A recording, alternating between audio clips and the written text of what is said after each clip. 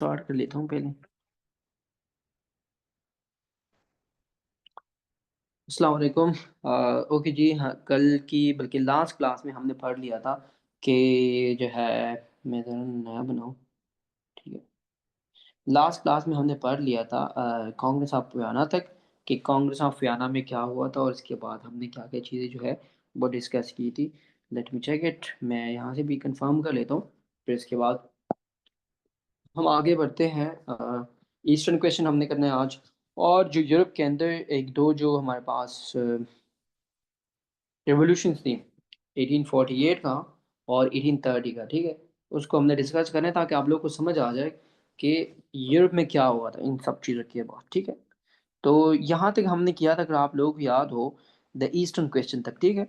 इसमें हमने डिस्कस किया था कि द ईस्टर्न क्वेश्चन जो है, इसमें हमने क्या क्या चीज़ें करनी है। लाइक मैंने बताया था ना कि ईस्टर्न क्वेश्चन बेसिकली रेफर करता है उसी डिप्लोमेटिक या पॉलिटिकल हमारे पास जो प्रॉब्लम्स थे, उनको कैसे हमने सॉल्व करना है। किस वजह से प्रॉब्लम्स, ऑटोमन एम्पायर जो था, सुल्तानत उस्मानिया की डिक्लाइन की वजह से उनकी वो वीक हो रही थी और ख़त्म होने की तरफ जा रही थी।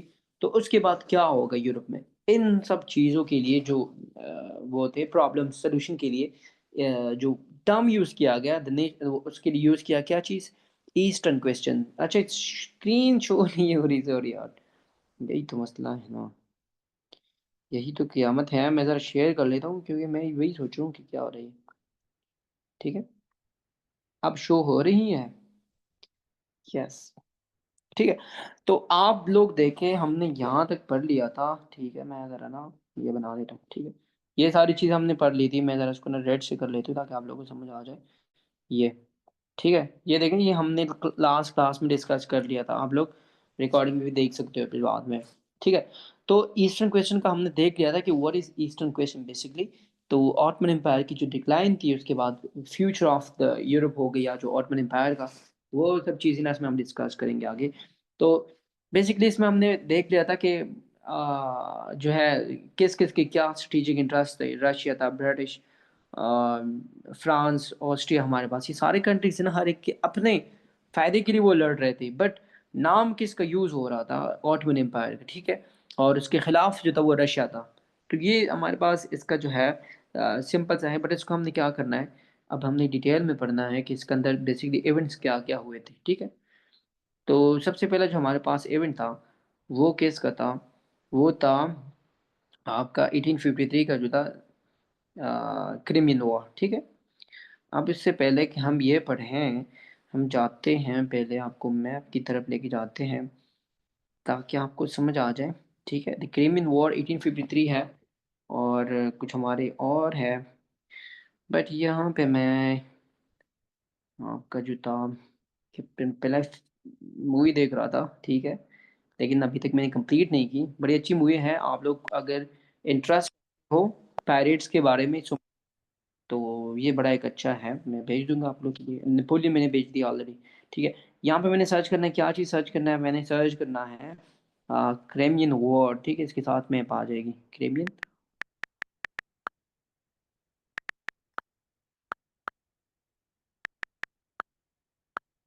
इससे फ़ायदा क्या होगा, वहाँ पे मैंने मैप नहीं वो की ड्रॉ। ठीक है, मैंने अपने नोट्स में तो की थी, यहाँ पे नहीं। ठीक है।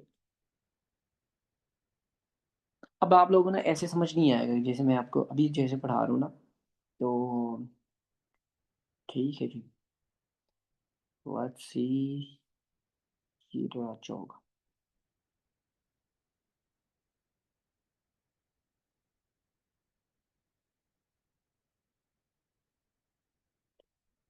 क्रेमिया का तो पता है ना आप लोगों को, जो रशिया ने 2014 में उसको एनेक्स किया था, उस पर कब्जा कर लिया था। और ये बेसिकली किसका पार्ट था, यूक्रेन का पार्ट था क्रेमिया। ठीक है। तो ये उसी क्रेमिया की बात हो रही है ना, द क्रीमियन वॉर। ओ भाई, ये क्या हो रहा है।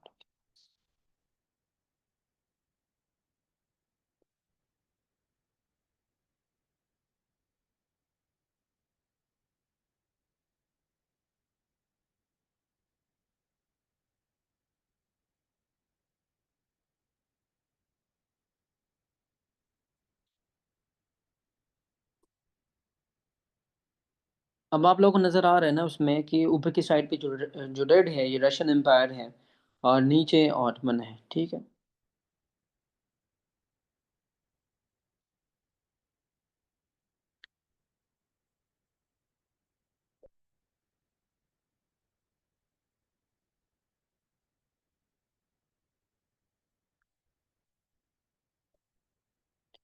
ओके, छोड़ो यार इस चीज को, अपना उसकी तरफ आओ वापस। ठीक है, टाइम वेस्ट कर रहे हैं हम हमारा ऐसे प्लान में कि क्या हुआ था आपका। ठीक है,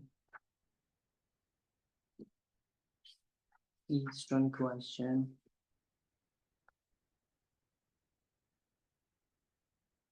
अच्छा चलो, ये हमारा था क्या, क्रीमियन वॉर।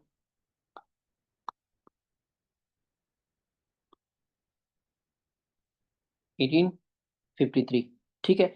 अब जो क्रीमियन वॉर था हमारा 1853 का, इसमें इशू क्या हुआ था। हमारे पास ना उस टाइम पे जो है ऑटोमन एम्पायर था, और दूसरी साइड से हमारे पास रशियन एम्पायर था। अब बीच में इनके पास ना मसले क्या होते, लाइक जो हमारे पास ऑटोमन थे, कुछ इलाके हैं जिसको हुली लैंड कहा जाता है, ठीक है, जो फलस्तीन वगैरह के हो गए आजकल, जैसे इसराइल है ना उस पे।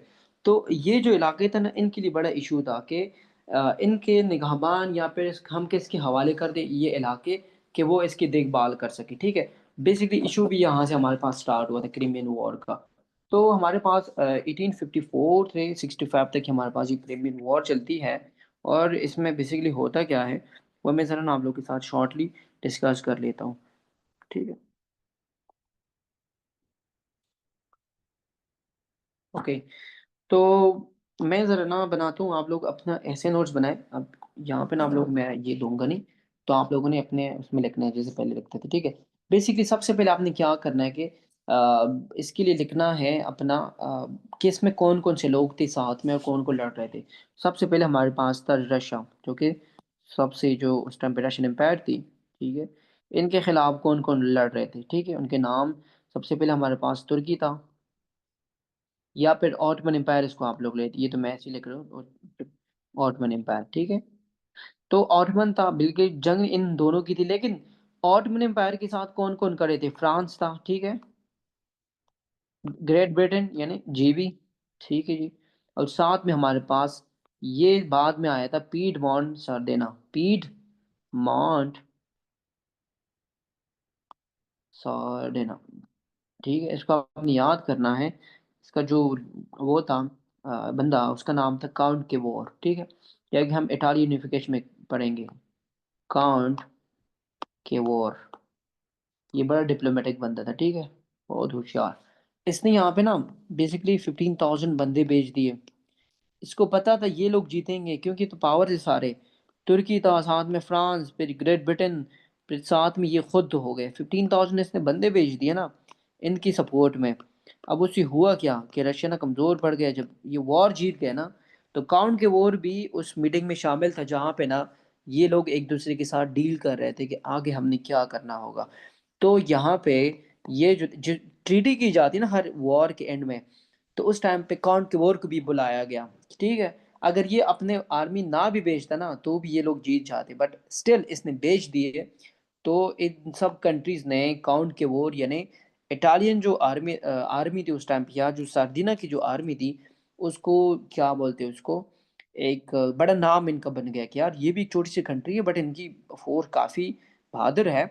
और इनको ना एक वो मिल गया, जैसे आजकल कोई न्यूक्लियर बम बना दे तो वो कंट्री इंपॉर्टेंट बन जाती है ना, तो इस तरह। खैर, तो ये आगे फिर क्या यूज करता है, इसी नाम को यूज करता है आगे अपनी इटली की यूनिफिकेशन में। तो काउंट के वॉर आपने याद रखना है आगे। खैर, रशिया और ये जो सारी कंट्रीज थी ना, इनके बीच में क्या हुई, हमारे पास वॉर। अब उसके लिए ना पीछे जाते हैं बैकग्राउंड भी, या फिर कॉन्टेक्स्ट में हम जाते हैं कि हमारे पास बेसिकली हुआ क्या था, ठीक है, कॉन्टेक्स्ट। अब यहाँ से ना आप लोग के लिए इजी होगा समझना। मैं जरा इसका कॉन्टेक्स्ट देता हूँ कि बैकग्राउंड में हुआ क्या था, ठीक है। अब जो ऑटोमन एम्पायर था ना उस टाइम पे, ये क्या कर रहा था, ऑटोमन एम्पायर कंट्रोल करता था किस चीज को, ये जितने भी इलाके थे हुली लैंड्स थे, ठीक है। इनको नाम क्या दिया जाता था, हुली लैंड्स। अब ये तो किसके अंडर थे, ऑटोमन एम्पायर के अंडर थे, बट ये थे किनके, ये क्रिश्चियंस के। लाइक क्रिश्चियंस के कुछ होली प्लेसेस थे, उनके कस्टोडियन पर हमारे पास इशू बन गया था कि कौन, इन जैसे हमारे पास फॉर एग्जाम्पल मस्जिद है, तो मस्जिद का कौन देखभाल करे, फैसल मॉस्क का आप लोग देख लें, ठीक है, इस तरह बहुत सारे मॉस्क आप बनाओ, तो कौन करेगा उनका देखभाल, ठीक है। ऑब्वियसली ये सारे आएंगे क्लैरिक्स मौलवी हजरात के, हमने करना है इन चीज़ों का। बट यहाँ पे ना मसला थोड़ा सा कॉम्प्लिकेटेड था। यहाँ पे दो तरह के ना क्रिश्चियंस थे। कुछ क्रिश्चियन जैसे इनका चर्च होता है डिफरेंट, वो ऑटोमन एम्पायर के अंडर, तो ईसाइयों के इलाके थे वो आए थे ना, तो फिर उनको कंट्रोल भी तो करना था, मुसलमान तो नहीं कर सकते उस चीज़ को। तो उनके लिए बना दिया गया था कि जो निगहबान होते या कस्टोडियन जो उसका देखभाल करें, वो कि इनको क्रिश्चियंस को बना दिया गया था, ठीक है। अब यहाँ पे ना ये जो था ऑटोमन एम्पायर, इसका जो सुल्तान था वो था सुल्तान अब्दुल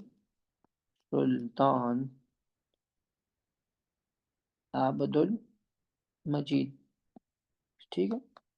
अब सुल्तान अब्दुल मजीद था उस टाइम पे, ये क्या करता है सुल्तान अब्दुल मजीद, ये ना लिबरल रिफॉर्म्स लेके आता है, ठीक है।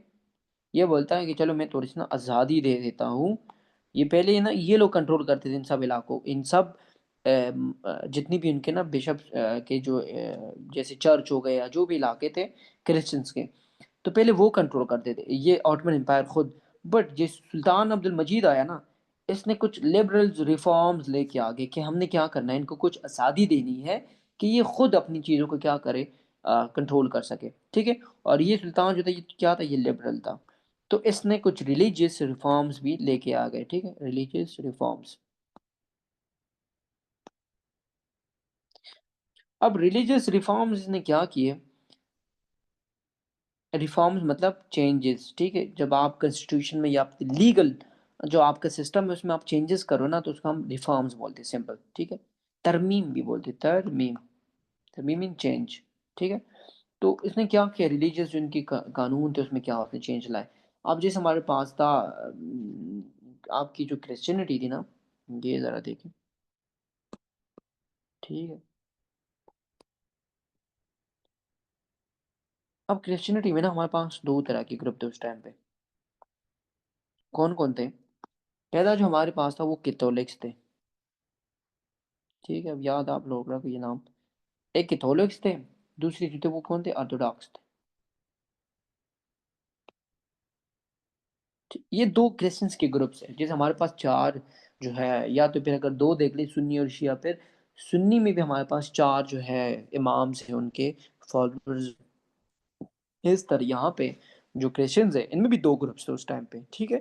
एक था कैथोलिक्स, दूसरा था ऑर्थोडॉक्स क्रिश्चियंस। अब जो कैथोलिक्स क्रिश्चियन थे इनको कौन सपोर्ट करता था, फ्रांस, ठीक है। मतलब जितने भी यूरोपियन कंट्रीज थे फ्रांस मेजर था उसमें। और जो ऑर्थोडॉक्स थे, ऑर्थोडॉक्स क्रिश्चियंस अभी भी रशिया के अंदर हैं, ठीक है। इनको कौन सपोर्ट करता था, इनको रशिया सपोर्ट करता था। अभी जो हमारे पास सुल्तान था ना, इसने क्या किया कि जो कैथोलिक्स है इनको ना कस्टोडियन बनाया जो रिलीजियस प्लेसेस थी, ठीक है। किनको, कैथोलिक्स को, कि आप लोग क्या बन जाओ, कस्टोडियन बन जाओ। किनके, ये जो क्रिश्चियन के जो होली प्लेसेस है, ये आप इसकी ना कस्टोडियन हो। किसने कहा, सुल्तान ने कहा इनको कि आप क्या हो, इनके कस्टोडियन हो, जितनी भी आपके रिलीजियस प्लेसेस है क्रिश्चियंस के। इनको इसने क्या किया, इग्नोर किया इस टाइम पे। अब सुल्तान ने इनको जब इजाज़त दी, लेकिन जो कैथोलिक्स थे ये लोग अपने अय्याशियों में थे, और इन लोगों ने क्या किया, निगलेक्ट किया अपनी ड्यूटीज़ को, नेग्लेक्टेड ड्यूटीज़, ठीक है। अब इन लोगों ने ना वो ड्यूटीज़ सरंजाम अच्छे से नहीं दिए। अब यहाँ पे इशू क्या हुआ, जब इन लोगों ने अपनी ड्यूटीज़ को निगलेक्ट किया, तो सुल्तान ने इनको निगलेक्ट किया, ठीक है। सुल्तान ने क्या किया कि अब किसको लाइन दी, सुल्तान ने कहा ऑर्थोडॉक्स क्रिश्चियंस को कि आप लोग आ जाओ, और अभी क्या बन जाओ, आप लोग इसके क्या बन जाओ, कस्टोडियन।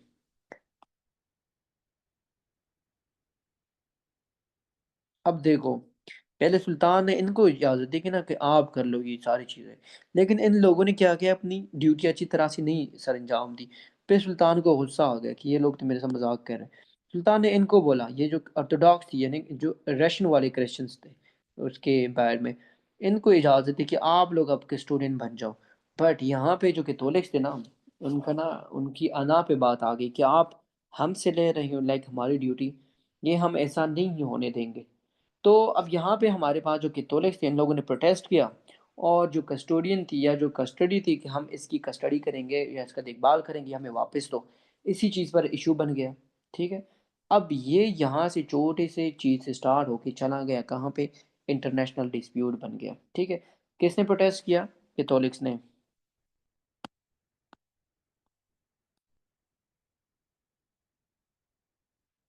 कैथोलिक्स प्रोटेस्टेड कि हमें क्या करो, कस्टडी या कस्टोडियन वापस दो,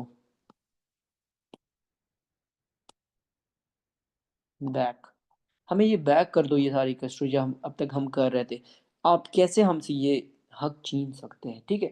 तो ये क्या बन गया, ये आगे जाके ये एक इंटरनेशनल डिस्प्यूट बन गया। क्या चीज़? इंटरनेशनल क्राइसिस, यहाँ पे डिस्प्यूट, डिस्प्यूट। ठीक है। अब जब ये इंटरनेशनल क्राइसिस बन गए ना, तो हुआ क्या, अब पावर्स इसमें आएंगी किसके खिलाफ, रशिया, ऑटोमन एम्पायर में। ये क्या करेंगे, ऑटोमन एम्पायर के अंदर अपने अपना पावर शो करेंगे, आप लोग क्या करो। अब रशिया के अंदर उस टाइम क्या था, रशिया जो कंट्रोल कर रहा था वो जार निकोलस वन कर रहा था उस टाइम। ठीक है। उसने जो था क्या बोलते उसको, फ्रांस में ऑटमन का जो एम्पायर था, उसका जो हेड था, उसको बोला कि आप ना वापस कर दो। ठीक है। अब रशिया के अंदर कौन था, ये ज़रा जल्दी जल्दी लिख दे। तो रशिया के अंदर जो था वो कौन था, और फ्रांस में कौन था। मैं इससे पीछे ना एक टॉपिक करवाना चाह रहा था कि नेपोलियन के बाद कौन कौन आए थे ना, ताकि आप लोगों को समझ आ जाए यूरोप का। बट स्टिल खैर वो मैं कभी किसी और दिन करा दूंगा। जो हमारा सिलेबस है पहले उसको कंप्लीट करते हैं, मैं बीच बीच में पढ़ाऊंगा, इंशाल्लाह आपको समझ आएगा कि क्या हुआ था उसके बाद। बट खैर, रशिया के अंदर कौन था, निकोलस जार। ठीक है। ये जार इस तरह लिखते हैं। ठीक है। TZAR, इसको हम जार बोलते हैं, या जेड सी या एस से लिखते हैं। ठीक है। तो ये जो जार थे ना, जैसे हेड होता है ना उसमें, चांसलर वगैरह आपका कहाँ जाते हैं जर्मनी वगैरह में, तो उस टाइम पे जार बोलते थे इनके हेड को। तो जार कौन था, जार निकोलस वन था उस टाइम पे। ठीक है। Czar Nicholas one, czar Nicholas the one जो था, ये किस में था, ये रशिया का हेड था उस टाइम पे। फ्रांस में कौन था, फ्रांस में था Napoleon the third, Napoleon the third. ठीक है। बेसिकली हुआ क्या था, नेपोलियन तक तो हम आए थे ना, कि 1899 से लेके, सॉरी 1799 से लेके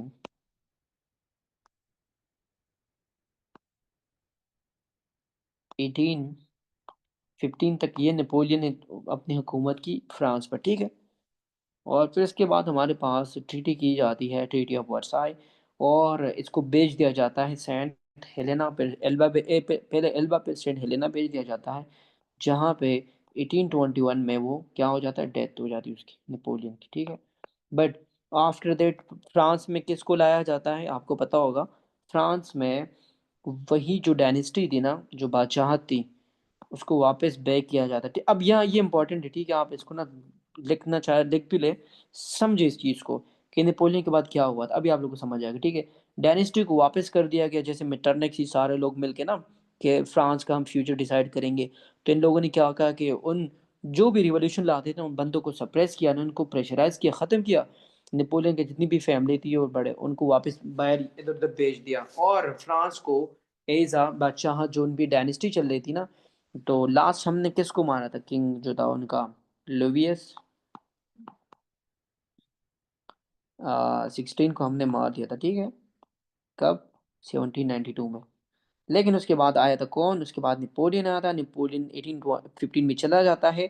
तो हम क्या कर लेते उस टाइम पे, हम अपनी जो डायनेस्टी थी इनकी, वो कौन अब आ जाता है हमारे पास, लुइस 18 आ जाता था, उसके बाद आ जाता है। ठीक है। अब लुइस 18 जो है 1823 में मर जाता है। ठीक है। इसके बाद दोबारा से फ्रांस में क्या रिपब्लिक्स लाया जाता है, एक और जो है रिवॉल्यूशन आता है फ्रांस में, 1831 का रिवॉल्यूशन कहते हैं। ठीक है। उसमें क्या होता है, लुवियस आता है, लुवियस फिलिप, ये दूसरा एक लीडर आता है किसमें, फ्रांस के अंदर। ठीक है। फिलिप लिख लेता हूँ। ठीक है। अब फिलिप्स आता है, फिलिप्स के बाद क्या होता है, ये कुछ रिफॉर्म्स लेके आ जाते हैं, बट लोग इसको भी गिरा देते हैं, एक और रिवोल्यूशन आ जाता है जब ये अपनी गवर्नमेंट करता है 1848 तक। ठीक है। 1848 में कौन आता है, ये आता है नेपोलियन बोनापार्ट, नहीं, नेपोलियन द थर्ड। ये नेपोलियन का के फैमिली में आता है, ठीक है। नेपोलियन द थर्ड कहा जाता है। तो अब ये आ गए फ्रांस के अंदर 1848 में, ठीक है। 1821 में आपका बच्चा बन गया लुइस द 18, ठीक है। ये मर गया आपका। तो 1823 में हमारे पास जो है किंग, वो दोबारा से उसमें कन्वर्ट किया जाता है फ्रांस को एज अ रिपब्लिक। अब जब ये किंग आता है तो ये दोबारा से वो बन गया ना, मुनार्की आ गई फ्रांस के अंदर। लेकिन 1831 में हमारे पास एक और रिवोल्यूशन आता है जिसमें हमारे पास लवियस फिलिप आता है, ठीक है। ये एक और रूलर होता है फ्रांस का। बट इसकी गवर्नमेंट भी एंड में कमज़ोर पड़ जाती है और लोग निकल आते हैं। तो जैसे लोग निकल आते हैं तो एक और रिवॉल्यूशन आता है जिसको हम 1848 का रिवॉल्यूशन कहते हैं, या आगे हम इटालियन यूनिफिकेशन भी डिस्कस कर लेंगे। उसमें किसको लाया जाता है? नेपोलियन के फैमिली से एक मेंबर है जिसका नाम है नेपोलियन द थर्ड, ठीक है। नेपोलियन द थर्ड आता है। अब यहाँ पे हम डिस्कस करेंगे कि जो ऊपर हमने लिखा यहाँ पे, तो अब क्रीमियन वॉर में रशिया के अंदर निकोलस वन था और फ्रांस के अंदर नेपोलियन थ्री था, ठीक है। ये स्टार्ट कब से हुआ था? 1848 से लेके 1873 या 78 तक, समथिंग तक इसने गवर्नमेंट की थी, ठीक है। ये आगे हम देख लेंगे। तो ये किसने, ये फ्रांस का जो था नेपोलियन द थर्ड। अब 1848 से स्टार्ट हुआ था तो 1853 में कौन होगा? यही होगा ना। तो अब इन दोनों के ना बीच में देखो कि क्या करते हैं उसके साथ, ये जो आपका है ऑटोमन एम्पायर, रशिया का जुजार है, ये फोर्स करता है उसको,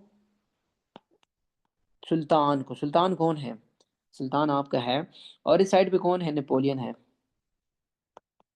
ये फ्रांस का है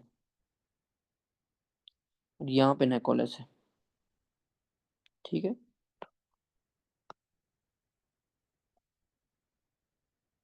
मेरी आवाज तो आ रही है ना? हाँ।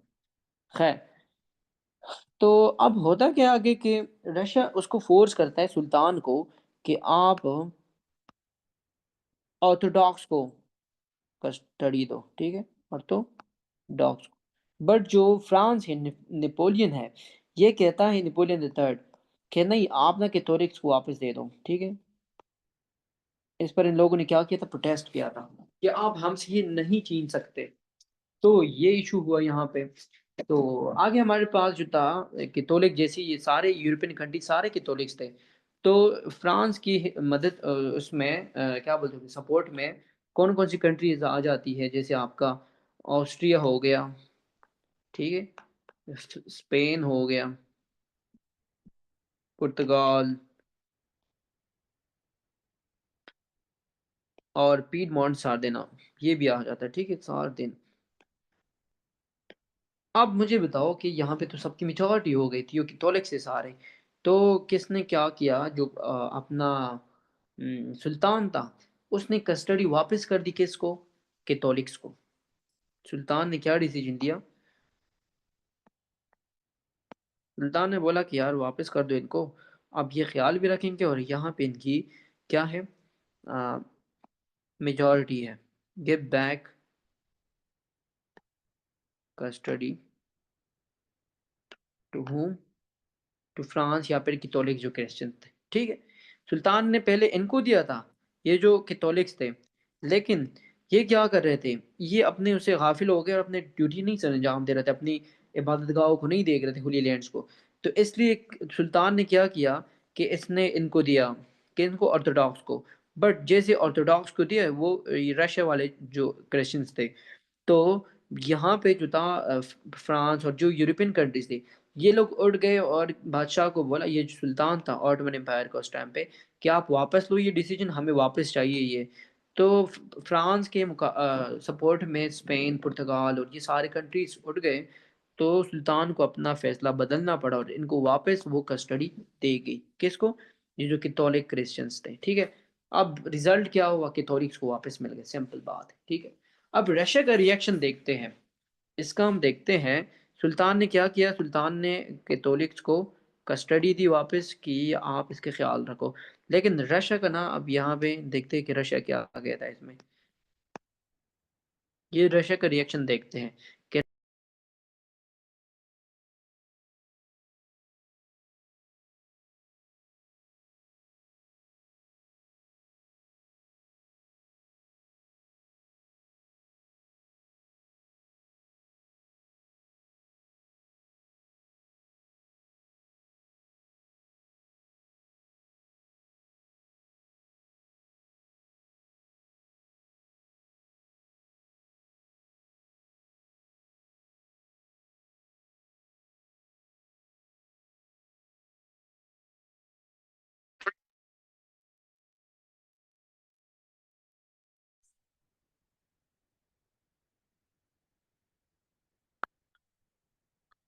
हेलो।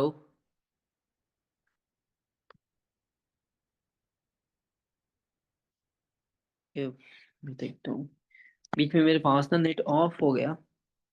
हेलो। मैं ऑडिबल?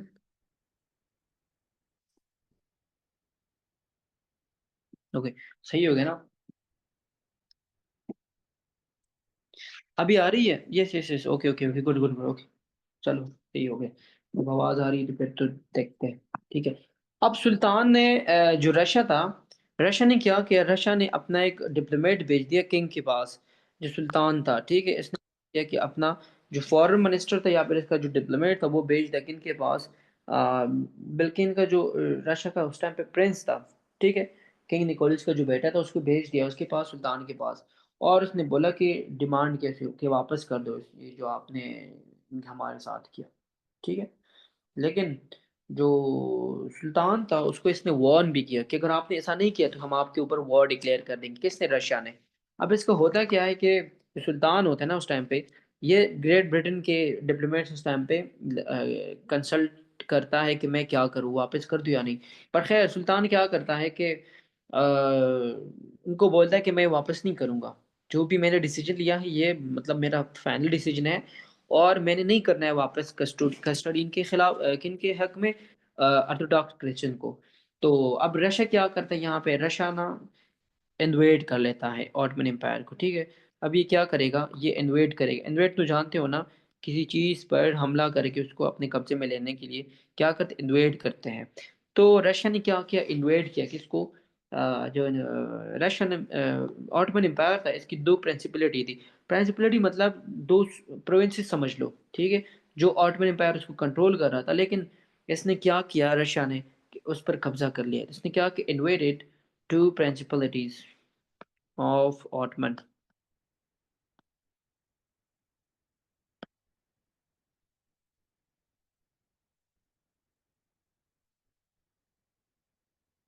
ऑटोमन एम्पायर की दो प्रिंसिपलिटीज पर इसने क्या किया, इसने कर लिया, क्या चीज को बोलते हैं, इन्वेजन। ठीक है। अब ये स्टार्ट कब से हुआ था, ये 1853 के जुलाई से स्टार्ट हुआ था। ठीक है। 1853 की जुलाई से इसने क्या किया, इन्वेड किया कि इसको, ऑटोमन एम्पायर को। अब यहाँ पे हमारे पास जो यूरोपियन पावर्स है, ये क्या कर लेते, कंडेम कर लेते इस इन्वेजन को, कि आपने गलत किया। किसको बोला जाता है, ये जो था अपना रशिया को, कि आपने जो यहाँ पे इन्वेजन की है ये आपने अच्छा नहीं किया, कंडेम कर लेते इस चीज़ को। बट अभी कोई एक्शन नहीं ले रहा कोई भी बंदा। ठीक है। जस्ट कंडेम किया सब लोगों ने, ऑटमन एम्पायर ने खुद भी इसको कंडेम किया, बट कोई एक्शन नहीं लिया। बट अब यहाँ पे हमारे पास अगस्त में, ठीक है, द वियना नोट कहते हैं इसको, ये जो मीटिंग हुई थी, द वियना, ठीक है, नोट, ये कब हुई थी, ये अगस्त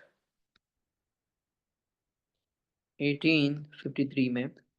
अगस्त 1853 में जितनी भी यूरोपियन पावर्स थे, ये क्या कर लेते हैं, ये इन चीज़ को, ये जो ऑटमन एम्पायर था इसको एडवाइस कर लेते हैं। ठीक है। ये जो यूरोपियन पावर थी, मतलब जो भी कंट्रीज मैंने ऊपर नाम दिए ना, ये क्या करते हैं कि एडवाइस करते हैं, उसको मशवरा देते हैं, किसको, ऑटमन को, ऑटमन एम्पायर को। ये क्या कर लेते हैं, मशवरा देते हैं कि आप वॉर ना लड़ो, अभी आप पर कब्जा हुआ है आपकी प्रिंसिपलिटीज, बस आप क्या करो, वॉर ना लड़ो, ताकि हम क्या करें, रशिया को to show, Russia is an aggressor, कि रशिया ही हमारे पास एग्रेसर है। ठीक है।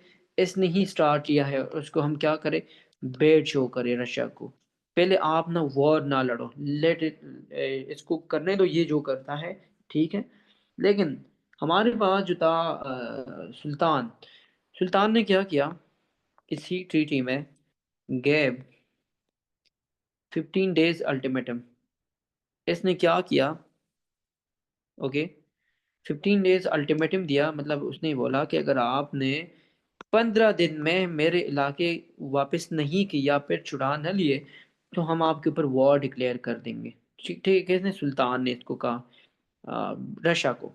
बट रशिया ने ऐसा नहीं किया। रशिया जब अपनी उसको कायम करता है, लाइक उसकी एनेक्सेशन उसी उस तरह रहती है, तो ऑटोमन एम्पायर क्या कर लेता है, ठीक है, Ottoman empire declare war on Russia. ये क्या कब करता है, ये अभी करता है अक्टूबर 1853 में, ठीक है। इससे पहले मैं दोबारा से रिवाइज करता हूँ कि हमारे पास क्या हुआ था, कि इसकी कुछ ऑर्थोडॉक्स और क्रिश्चियंस का इशू चल रहा था। ऑर्थोडॉक्स को कौन सपोर्ट कर रहा था, रशिया। कैथोलिक्स को कौन सपोर्ट कर रहा था, फ्रांस मेजरली, और जितनी भी यूरोपियन कंट्रीज थे।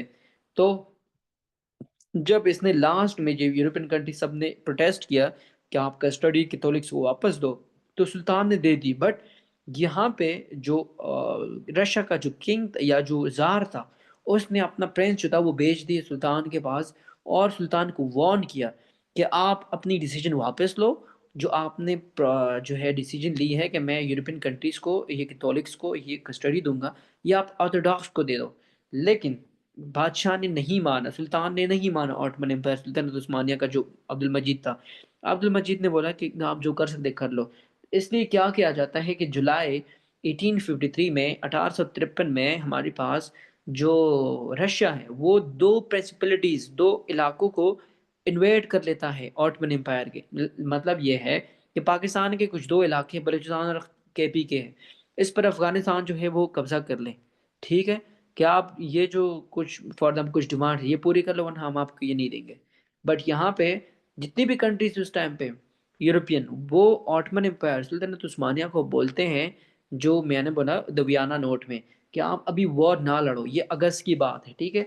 वॉर स्टार्ट कब हुई थी, जुलाई में स्टार्ट हुई थी, रशिया ने स्टार्ट की थी। बट अभी तक तुर्की ने डिक्लेयर नहीं किया कि हम आपके साथ वॉर करना चाहते हैं या नहीं। तो 1853 में हमारे पास जो अक्टूबर का महीना आता है, ठीक, उसमें ऑटोमन एम्पायर क्या कर लेता है, वॉर डिक्लेयर कर लेता है, किस पर, रशिया पर। ठीक है, कि अब हम वॉर करेंगे। तो जैसे तुर्की ने वॉर डिक्लेयर किया ऑटोमन एम्पायर ने, अक्टूबर 1853 में, आगे क्या होगा उसको हम डिस्कस करते हैं, ठीक है।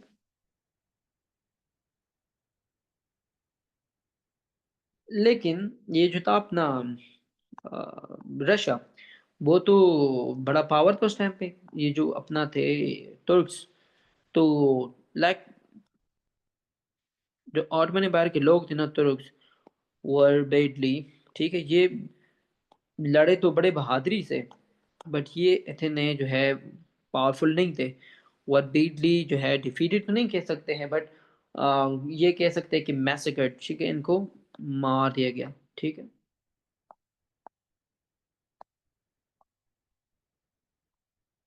ज़बह कर लिया गया, मैसेकर्ड यूज किया जाता है ज़बह करने के लिए, ठीक है।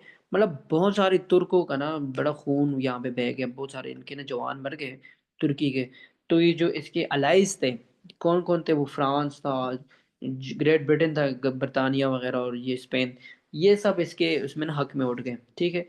मेजरली कौन था, फ्रांस प्लस ग्रेट ब्रिटेन बरतानिया, ये दोनों उठ गए किसके सपोर्ट में, ऑटमन एम्पायर के सपोर्ट में, कि हम ऐसा नहीं होने देंगे ऑटमन एम्पायर को ज़बह होने से, ठीक है। तो ये क्या कर लेते हैं, ये फ्रांस और जो आपका बरतानिया था, ग्रेट ब्रिटेन, ये दोनों भी क्या कर लेते, वॉर डिक्लेयर कर लेते किस पर, ये जो था अपना रशिया पर। किसके सपोर्ट में, ये तुर्की के सपोर्ट में आ जाते हैं, ग्रेट ब्रिटेन और फ्रांस। ये मार्च, ठीक है, लेकिन इनका जो है ये थोड़ा सा लेट इन लोगों ने डिक्लेयर किया होता है। अब तक कौन लड़ रहा था, अकेले ऑटोमन एम्पायर। लेकिन मार्च 1854 में यहाँ पे ये दोनों क्या कर लेते हैं, सपोर्ट में वॉर डिक्लेयर कर लेते हैं, ठीक है। कौन कौन, ग्रेट ब्रिटेन डिक्लेयर, ठीक है, वॉर डिक्लेयर बाय कौन कौन, फ्रांस प्लस ग्रेट ब्रिटेन, ठीक है। ग्रेट ब्रिटेन, फ्रांस और इन सब ने क्या किया कि वॉर डिक्लेयर किया अगेंस्ट रशिया। लेकिन यहाँ पे जैसे मैंने बताया था ना, कि इनके साथ एक थर्ड कंट्री भी आ जाती, छोटी सी कंट्री है जिसका नाम है पीडमोंट, ठीक है, पीडमोंट सार्डिना, इसका जो लीडर होता है वो कौन होता है? काउंट के वॉर। ठीक है, COUNT, काउंट के वॉर। अब काउंट के वॉर जो है वो क्या कर लेता है, वो अपनी आर्मी भेज देता है। कितनी? 15,000 ट्रूप्स। किसमें भेज देते हैं? इसी वॉर में, अगेंस्ट रशिया। अब दोबारा से मैं बना देता हूँ कि एक साइड पे रशिया है, ठीक है, और एक साइड पे है ottoman, France, great Britain, plus अभी जो नया फोर्स आया वो कौन है? पीडमोंट सार्डिना। ठीक है, पीडमोंट। इनकी भी 15,000 की आर्मी है। ठीक है, ये दोनों साथ में लड़ रहे हैं यहाँ पे। ठीक है, यहाँ पे जीत कौन जाता है? जो आपकी वो था, क्या बोलते हैं उसको, ऑटमन एम्पायर। जितनी भी कंट्री से ये जीत जाती है यहाँ पे। और फ्रांस क्या करता है कि रशिया ये ट्रीटी कर लेता है उसके साथ। ठीक है, अब यहाँ पे हमारे पास वियना कॉन्फ्रेंस होगी, वियना कॉन्फ्रेंस।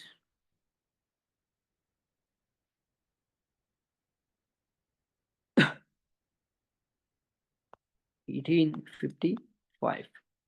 अब 1855 में वियना कॉन्फ्रेंस की जाती है, जिसमें ये क्या कर लेते हैं कि ये अनसक्सेसफुल रहता है। ठीक है, क्यों अनसक्सेसफुल रहता है ये जो कॉन्फ्रेंस होती है?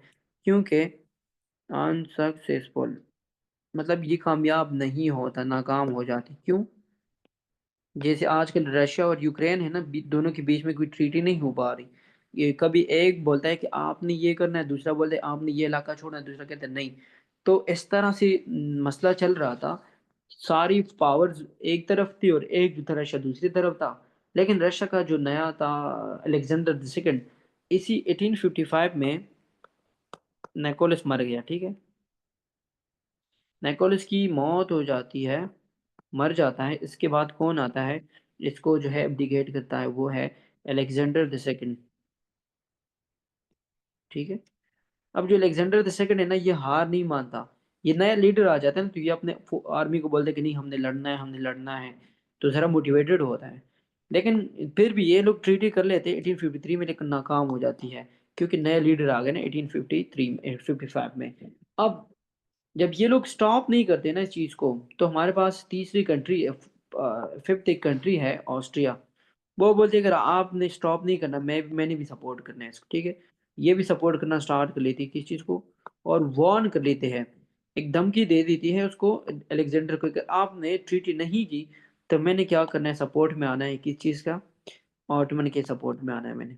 ठीक है, तो यहाँ पे वो थोड़ा सा घबरा जाता है, वो ट्रीटी कर लेता है। तो ट्रीटी कौन होती है?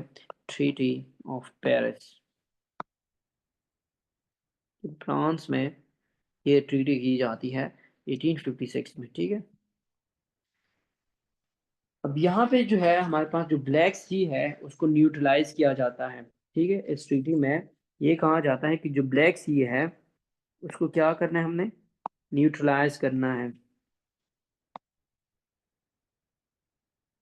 न्यूट्रलाइज मतलब ये है कि किसी की आर्मी ब्लैक सी में नहीं होगी, जो नेवी है, तो आप नहीं लाएंगे इस चीज में आर्मी। ठीक है, तो एक ये काम हो गया इसमें, क्योंकि यहाँ पे ना रशिया अपनी आर्मी लेके आया था, तो रशिया अपना आर्मी यहाँ से निकाल देता है। ठीक है, एक ये बात।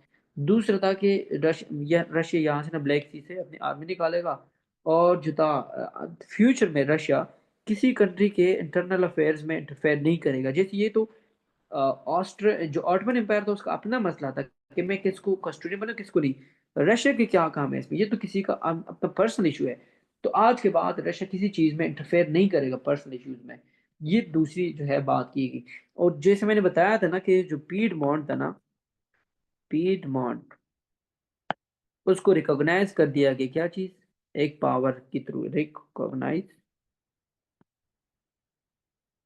इज अ पावर, के पीडमोंट भी एक कंट्री है जो कि एक पावर है, उसको रिकॉग्नाइज किया जाता है। और जो काउंट के वॉर है यहाँ से उसको फायदा मिल जाता है इस चीज का। ठीक है। तो यहाँ पे बेसिकली हमने डिस्कस किया कि जो 1850 53 में हमारे पास वॉर हुई थी, किसकी, ऑटमन एम्पायर वर्सेस रशिया की, ठीक है, और बीच में सारे कंट्रीज आ जाती है। यहाँ पे जैसे मैंने बताया, तो रशिया की डिफीट हो जाती है इस वॉर में, और उसके साथ ट्रीटी भी साइन कर दी जाती है। मैं वापस आता हूँ यहाँ पे, जो दूसरी कंट्री वॉर हुई थी इनके बीच में, ठीक है। ओके। तो अब अगर आप ये देखोगे ना, जितना हमने डिस्कस किया ना, ये सारा यहाँ पे सेम लिखा हुआ है। तो अभी आपको ना बड़ा इजीली इस चीज़ का समझ आएगा कि हमने क्या क्या डिस्कस किया अब तक, ठीक है। ये यहाँ से स्टार्ट होगी यहाँ तक, ठीक है। कॉजेज हमने देख लिए, फिर उसके बाद आपने अलायंस देखने हैं, जैसे मैंने बताया। और आपने क्या करना है कि की इवेंट्स, इसमें जो दो इवेंट्स हुए थे, ठीक है, ये दोनों तो इतने इंपॉर्टेंट नहीं, बस आप देख सकते जिसको। फिर फिगर्स की बात की, नेपोलियस वन जैसे मैंने बात की, सुल्तान अब्दुल मजीद वन है। और फिर इसके बाद नेपोलियन द थर्ड फ्रांस का था। वही चीज़ें हैं, ट्रीटी ऑफ पेरिस है, ठीक है। बट इसमें मैंने डायरेक्ट ट्रीटी ऑफ पेरिस लिखी, वियना जो है कॉन्फ्रेंस मैंने नहीं लिखा, क्योंकि वो फेल हुई थी। तो इसलिए मैंने यहाँ पे ये मैंने शॉर्ट बनाया ताकि आप लोग इसको ना जल्द से जल्द देख सके। फिर impact on European diplomacy, Europe में क्या उस पर जो है इम्पैक्ट आया था। अलायंसेस बन रहे थे, लोग एक दूसरे के साथ ना मिल रहे थे। कैजुअलिटीज इसमें तकरीबन अराउंड 6,50,000 जो है सोल्जर यहाँ पे जो है हमारे पास डेथ्स हुई थी इसमें, ठीक है। तो ये पूरा आपका ना जो हमने डिस्कस की नहीं, यहाँ पे मैं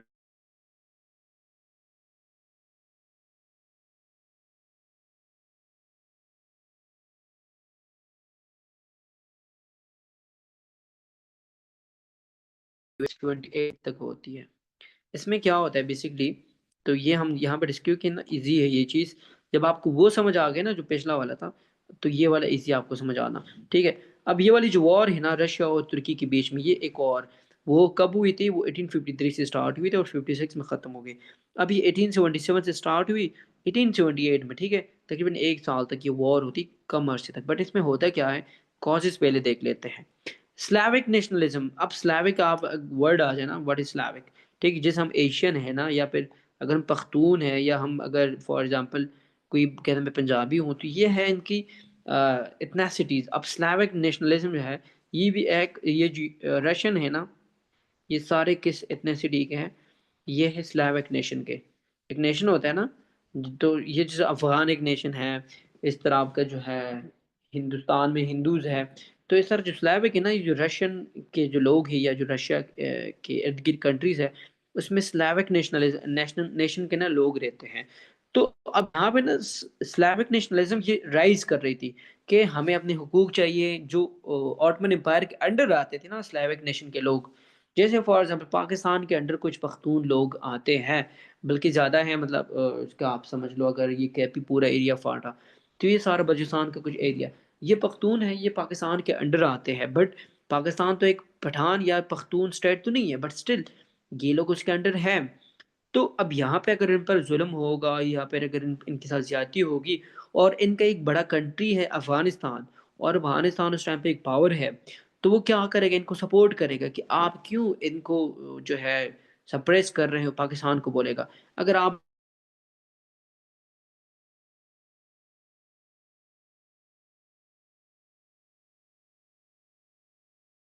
बाज नहीं है, तो हमने आपके साथ वॉर लड़नी है और मिलाना है।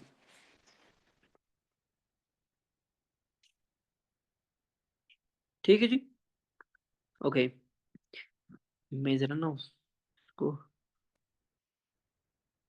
डू नॉट डिस्टर्ब पे लगाऊं ताकि कॉल आए मुझे, बस। ओके। तो यहाँ पे क्या किया जाता है कि स्लाविक नेशनलिज्म नेशन के जो लोग थे, इनकी क्या होती है, ये राइज होती है इनकी नेशनलिज्म में। नेशनलिज्म जैसे मैंने बताया था कि ये अपनी नेशन की फिक्र करते हैं कि इन पर जुल्म क्यों हो रहा है ऑटमन के अंडर, ठीक है। अब रशिया की जो डिजायर थी फॉर इन्फ्लुएंस, यहाँ पे ना रशिया इतना अच्छा नहीं है कि वो अपने लोगों की जो है कोई फायदे की बात कर रहा है, या उनकी सपोर्ट में बात कर। वो बेसिकली चाहता है कि मैं एक्सपैंड करूँ, अपनी जो मेरी डिज़ायर है उसको मैं आगे लेके जाऊँ, जितना मेरा है sphere of influence for example Russia है, तो ये चाहता है कि मैं और जाके फैल जाऊँ, और कंट्रीज में इन्फ्लुएंस लेके आ जाऊँ, ठीक है। और ऑटमन का जो था वो क्रिश्चियन के साथ थोड़ी ज्यादती भी थी कि वो उनको सप्रेस करते थे, उन पर टैक्सेस वो जितना भी था। तो ये दोबारा से एक हमारे पास एक वॉर होती है किसके बीच में, इन दोनों के बीच में, ठीक है। अब यहाँ पे बुल्गारिया एक स्टेट है, ये उस टाइम पे क्या किया जाता है, एक क्रिएट की जाती है उसकी वजह से, इन इस वॉर की वजह से, ठीक है, बुल्गारिया। अच्छा, इस टाइम पे हमारे पास ज़ार अलेक्जेंडर सेकंड होता है, जिसे मैंने बताया ना 1855 में वो पहला वाला मर गया, और अलेक्जेंडर द सेकंड ने उसको क्या किया, उसको कंटिन्यू किया। और सुल्तान अब्दुल हमीद यहाँ पे हमारे पास सेकंड है। उस टाइम पे सुल्तान अब्दुल मजीद था, अब यहाँ पे इस वॉर में सुल्तान अब्दुल हमीद द सेकंड हमारे पास ऑटोमन एम्पायर सुल्तान उस्मानिया का किंग है, या जो भी है उसका सुल्तान है, ठीक है। उसके बाद हमारे पास एक ट्रीटी होती है, ट्रीटी ऑफ सेंट स्टेफानो। ये 1878 में की जाती है ताकि वॉर को हम क्या कर सके, ख़त्म कर सके, ठीक है। तो अभी रशिया ने क्या गेन किया है, रशिया ने एक बड़ा एक स्टेट बनाया था बुल्गारिया का। ये बुल्गारिया एक कंट्री है ना आजकल, ये उस टाइम पे इसने बनाया था, ये जो था अपना रशिया ने, ठीक है। रशिया एक ऑटोमन एम्पायर से एक बड़ी कंट्री को अलग कर लेता है जो कि बुल्गारिया होती है, ठीक है, बुल्गारियन स्टेट बना देता है। लेकिन जो ऑस्ट्रियन और ब्रिटेन है, इनको डर होता है कि इसने एक बड़ी स्टेट बनाई क्योंकि ये तो इनके साथ था, तो इनकी नेबरिंग कंट्री थी। मसला क्या हो रहा था कि इन दोनों को डर लगने लगा। ये लोग क्या करते हैं, इसी ट्रीटी को ना ये रिवाइज करते हैं। कौन सी ट्रीटी में, ये कांग्रेस ऑफ बर्लिन में, बर्लिन जर्मनी का सिटी है, ठीक, कांग्रेस ऑफ बर्लिन, ये भी 1878 में की जाती है। ये रिवाइज कर लेते हैं सेंट स्टेफानो ट्रीटी को, क्योंकि उसमें एक बड़ा सा स्टेट बनाया था इसने, बल्गारियन स्टेट। ये क्या करे, उसको रिड्यूस कर लेते हैं उसके साइज को, ताकि बैलेंस ऑफ पावर मेंटेन रहे। जैसे मैंने बात की ना बैलेंस ऑफ पावर की, तो यहाँ पे एक कंट्री ने एक बहुत बड़ी स्टेट को अलग कर लिया, लेकिन बाकी कंट्रीज को डर था कि बल्गारियन स्टेट अगर रशिया के पास चला गया तो हम जो है बीच में मसला हमारे लिए होगा। इसलिए क्या किया इन लोगों ने कि बल्गारिया की जो साइज थी स्टेट की वो कम कर दी इन लोगों ने। अच्छा, उसके इम्पैक्ट्स क्या आते हैं बाल्कन कंट्रीज पर, ये इसने क्या नेशनलिस्ट सेंटिमेंट्स लोगों में उबार दिए या दाग कर दिए। और जो जिससे आगे हमारे पास क्या होगा कि बाल्कन कन्फ्लिक्ट्स क्रिएट होगी, जैसे होगा क्या कि वर्ल्ड वॉर वन की तरफ वर्ल्ड जाएगी, ठीक है। ये सेम चीज है कि उसके क्या कंसिक्वेंसेस थे, ठीक है, बड़ा सिंपल है। ऑटोमन एम्पायर उसी वीक हो गया, राइज ऑफ नेशनलिज्म आ गई, और अलायंसेस चेंज हो गया, जैसे मैंने बताया था ना कि कुछ कंट्रीज एक के साथ मिल रही थी, फिर दूसरी, इस तरह पीडमोंट की भी बात हम कर लेते कि वो उनके साथ मिल गए, ठीक है। फिर उसके बाद रशिया की एक्सपेंशन भी हुई, जैसे स्पेशली सेकेंड वॉर में, ये जो हमारे पास 1878 वाली थी। तो इसमें इसने क्या किया, रशिया ने कि बल्गारियन स्टेट को इसने क्या किया, ये बना दिया। सो ट्रीटी ऑफ पेज 1856 में एक ट्रीटी हुई, फिर कांग्रेस ऑफ बर्लिन 1878 में। रशिया की जो है इन्फ्लुएंस बढ़ जाती ब्लैक सी में, इन बाल्कन कंट्रीज में, और कुछ इंक्रीज टेंशंस। तो इसका मतलब क्या है कि कंट्रीज में और इसकी वजह से ना टेंशंस क्रिएट हो गए, जो कि आगे वर्ल्ड वॉर वन की तरफ वर्ल्ड को लेके जाएगी, ठीक है। ये हम इसमें डिस्कस कर लेंगे। फिर ब्रिटिश एंड फ्रेंच का जो इन्फ्लुएंस था, इन दोनों का भी जो रोल था, ये दोनों साथ में एक दूसरे के साथ काम कर रहे थे अगेंस्ट रशिया। और इन लोगों ने बोला कि हम किसको प्रोटेक्ट करेंगे, ये जो ऑटोमन एम्पायर की स्टेबिलिटी थी। रशिया ऐसे क्या हुआ, उसकी जो इंक्रोचमेंट थी, जो अपनी स्टेट्स या अपने इलाके से दूसरे में बंदा क्या करता है, हाँ, खड़े होकर, तो इसमें इंक्रोच करता है, ठीक है, किसी के अंदर या किसी इलाके में घुसने को हम इंक्रोचमेंट कहते हैं। तो जो रशियन की इंक्रोचमेंट थी वो उससे खत्म हो गई। जो ब्रिटिश और फ्रेंच थे, ये दोनों उससे डर रहे थे कि अगर रशिया जितना एक्सपेंड करेगा हमारे लिए प्रॉब्लम्स बनाएगा, तो ये दोनों साथ में इनके खिलाफ जो है वॉर लड़ रहे थे। मिलिट्री रिफॉर्म्स क्या मतलब है, तो क्रीमियन वॉर ने क्या किया कि हमारी जिन कंट्रीज ने वॉर हार ली थी उसमें इसने क्या किया कि अपनी मिलिट्री को मॉडर्नाइज करना स्टार्ट किया, नए नए इन लोगों ने इन्वेंशन की मिलिट्री में, ताकि हमारी मिलिट्री जो है न्यू टैक्टिक्स और न्यू वेपन्स उनके पास आ जाए, ताकि आगे क्या कर सके, वॉर्स में वो अच्छे से लड़ सके, ठीक है। फिर लेगेसी ऑफ इंटरवेंशन, इसका मतलब क्या है कि इसने यूरोपियन कंट्रीज को मोटिवेट किया, और कि आप जाके ये जो सेगमेंट ऑफ यूरोप है इसके अफेयर्स में क्या करो, इसमें टांग अड़ो, और साथ में आप क्या करो, इस पर अपना दबाव डालो, और इससे कभी स्टेट्स कब्जे में करो, कभी क्या करो। तो यहाँ से स्टार्ट हुई थी ऑटोमन एम्पायर, जो सुल्तानत उस्मानिया है, जो कि 1824 में फिर ख़त्म हो जाता है। लेकिन स्टार्ट इसकी कब से कब हुई थी, 1853 से स्टार्ट हुई थी। ईस्टर्न क्वेश्चन आपने याद रखना है, ठीक है। तो अगर अभी आपसे कोई पूछे कि रशिया जो सुल्तानत उस्मानिया है ये कैसे टूटी थी, तो स्टार्ट कहाँ से हुआ था, वो तो हम सेकंड वर्ल्ड वॉर के एंड में पढ़ लेंगे। बट स्टार्ट हुआ था 1853 से, जब हमारे पास फर्स्ट जो क्रीमियन वॉर है, क्रीमियन वॉर जो फर्स्ट रशिया और तुर्किश वॉर है, क्रीमियन वॉर वहां से स्टार्ट हो जाती है।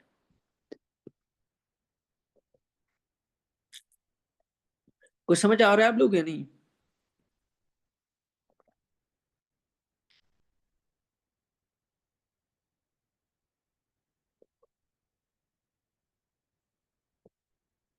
ओके। समझ आ रही है, जा रही है आप लोग की? ओके। खैर, अब हम क्या करते हैं, इटालियन यूनिफिकेशन देख लेते हैं, ठीक है। बैकग्राउंड का मैं यहाँ से बता दूँ, बाकी मैं वहां से करता हूँ फिर अपने उससे। देखो बैकग्राउंड में क्या हुआ था, मैं जैसे बताया था ना कि यूरोप के अंदर ना दो और रिवॉल्यूशंस आई थी, ठीक। एक आई थी 1830 वाली, एक आई थी 1848 वाली, ठीक है। अब बैकग्राउंड जरा पढ़ते हैं कि इटालियन यूनिफिकेशन का मतलब क्या है। बेसिकली सिंपल बात यह है, जब नेपोलियन आया था उसने बहुत सारी इटालियन स्टेट्स को भी अपने कब्जे में कर लिया था। और इटली उस टाइम पे कोई स्टेट नहीं था। इटली छोटे छोटे स्टेट से बना हुआ है, एक मतलब एक जियोग्राफिकल एक लोकेशन थी बस। बाकी इटली का नाम नहीं था उस टाइम पे, बस इटालियन स्टेट्स जो इटालियन लोग थे, बस सिंपल ये बात है, ठीक है। तो इन लोगों में ना एक नेशनलिज्म आ जाती है कि हम क्यों ना यूनाइट करके एक कंट्री बनाएं। तो इसी चीज़ के लिए कुछ लोग उठेंगे जो कि काम करेंगे इस चीज़ के लिए, उसको हमने पढ़ना है, सिंपली बात यही है, ठीक है। तो यूनिफिकेशन ऑफ इटली में सबसे पहले हम क्या करते हैं, the effects of the revolution of 1848। अब 1848 में जो रिवोल्यूशन आता है उसकी क्या इम्पैक्ट्स, ठीक है, इफेक्ट्स। बैकग्राउंड जरा आप पढ़ते हैं कि हमारे पास हुआ बेसिकली क्या था उस टाइम पे, ठीक है।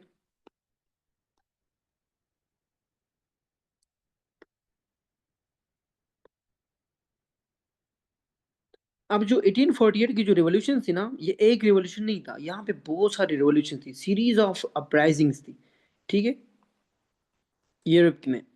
अब इसमें जैसे मैंने बताया ना कि फ्रांस के अंदर आया था, इटली, जर्मनी, इन सब कंट्रीज में जितनी भी यूरोपियन कंट्रीज थी ना, लोग उठते थे अपनी राइट्स मांगने के लिए। तो ये सीरीज ऑफ अपराइजिंग्स था कि लोग एक जगह से उठ रहे हैं, प्रोटेस्ट कर रहे हैं अपनी गवर्नमेंट्स के खिलाफ। इस तरह हमारे पास इटली में भी कुछ लोगों ने क्या किया, रिवॉल्यूशन की बात की, ठीक है। ये किस चीज की बात करते थे, तो they were talking about liberal reforms, ठीक है। एडुकेट करते किस चीज के बारे में, लिबरल रिफॉर्म, आज़ादी की बात करते कि हमें आज़ादी चाहिए। और नेशनल यूनिफिकेशन, कि हमें अपने आप को यूनाइट करना है। Same goes for Germany, Germany में भी यही लोग चाह रहे थे कि हम क्या करें, सारे जर्मन स्टेट्स यूनाइट हो जाए। अब इटालियन स्टेट का जो रिवोल्ट था, रिवोल्ट मतलब बगावत या फिर आप कह सकते हैं जो प्रोटेस्ट है, ठीक है, ये क्या था। जो इटालियन जो रिवोल्ट्स थे, ये occurred in states like Lombardy, Venetia, ठीक है, अगेन ऑस्ट्रियन कंट्रोल। अब ये जो स्टेट्स थे ना जितनी भी, ये क्या थे, ये बेसिकली वो स्टेट्स थे जो किसके अंडर आते थे, ये आते थे अपना, जो मैंने बताया था ना कि ये लूज कंट्रोल में आए थे किसके। मैं जरा ना ये बनाऊं किस जगह पे, यहाँ पे बनाता हूँ। पहले मैं देखता हूँ ना कि अगर कुछ यहाँ पे है, मैं आपको बताऊँ, बाकी चीज़ें मैं आपको ड्रॉ करके बता दूँ तो समझ आ जाएगा आप लोग को, ठीक है। ऑस्ट्रियन विक्ट्री, चलो इसको देख लेते हैं, पीडमोंट फेलियर रिवॉल्यूशन, ठीक है। इसको ना आप लोग यहाँ से देख ले, बट मैंने आपको ना इसको दूसरी तरीके से पढ़ाना है, ठीक है। तो अब बेसिकली हमने क्या पढ़ा कि हमारे पास 1848 की कुछ रिवोल्यूशन आ जाती हैं। और रिवोल्यूशन एक जगह पे नहीं, बल्कि ये पूरी जितनी भी कंट्रीज थी ना, उन सब कंट्रीज में आ जाती है यूरोप के। अब इसके हम इम्पैक्ट्स लेते हैं। तो बेसिकली हमारे पास क्या हुआ, कि जो बैकग्राउंड हम पहले पढ़ेंगे कि इटली हमारे पास क्या था। ये हमारे पास सबसे पहले तो जो एंशियंट रोमन एम्पायर ना उसके अंडर था। बट उसके बाद हमारे पास रोमन एम्पायर जैसे एंड हो जाती है, तो ये इटली डिवाइड हो जाती है छोटे छोटे स्टेट्स में। नेपोलियन हमारे पास कब आता है, 1804 में क्या करता है, वो इटालियन टेरिटरीज को अपने कब्जे में कर लेता है। कौन, नेपोलियन। और उसने अपने क्या किया कि France of king, France sorry king of France and Italy declare किया था 1807 में ना, याद है आप लोग, 1807 में उसने अपने आप को डिक्लेयर किया था, ठीक है। उसने कुछ रिफॉर्म्स की थी उस टाइम पे, ठीक है, इटली के अंदर। इटली के अंदर उसने क्या किया, कुछ रिफॉर्म्स किए, जिसमें उसने क्या किया कि कुछ कोड्स, कुछ लॉज, ये क्या किया उसने अपने इटली के लिए भी उसने कुछ ऐसी चीजें रिफॉर्म्स लेके, जैसे फ्रीडम वाली चीजें लेके आ गए नेपोलियन। बट उससे हुआ क्या, इन रिफॉर्म्स की वजह से जो इटालियन जो लोग थे उनके अंदर नेशनलिज्म और रिपब्लिक्स जो थी मूवमेंट्स पैदा हो गए कि हमने क्या करना है, एक अलग अपना स्टेट बनाना है हमें। ये जो आउटसाइडर आके हमारे ऊपर हुकूमत कर रहा है नेपोलियन, इससे हमने आज़ादी दिलानी, यहाँ से स्टार्ट हो जाता है, ठीक है। फिर 1815 में जैसे मैंने बताया था ना, बैटल ऑफ वाटरलू हो जाती है, ठीक है। नेपोलियन वहाँ पे डिफीट करता है। Then we have Vienna of Congress of Vienna 1815 में। वियना कांग्रेस ऑफ वियना में क्या किया जाता है, ये फ्यूचर ऑफ नेपोलियन जो है उन एरियाज की फ्यूचर डिसाइड की जाती है। अब यहाँ पे ना मैंने क्या करना है कि इटली की ना लोकेशन बनानी है। जो भी आपसे पूछे ना कि शूज की शेप की कोई कंट्री है तो वो कौन सी है, जो आपने देखा होगा ना, बूट या फिर शूज, ठीक है। लड़कियों वाले वो जो हील वाली शूज है ना, ऐसे आपने बना दिया, फिर आप साइड पे आ जाए ऐसे।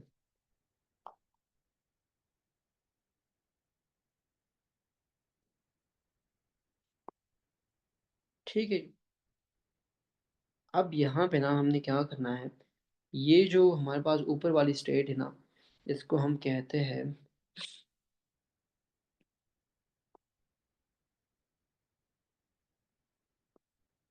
ठीक है।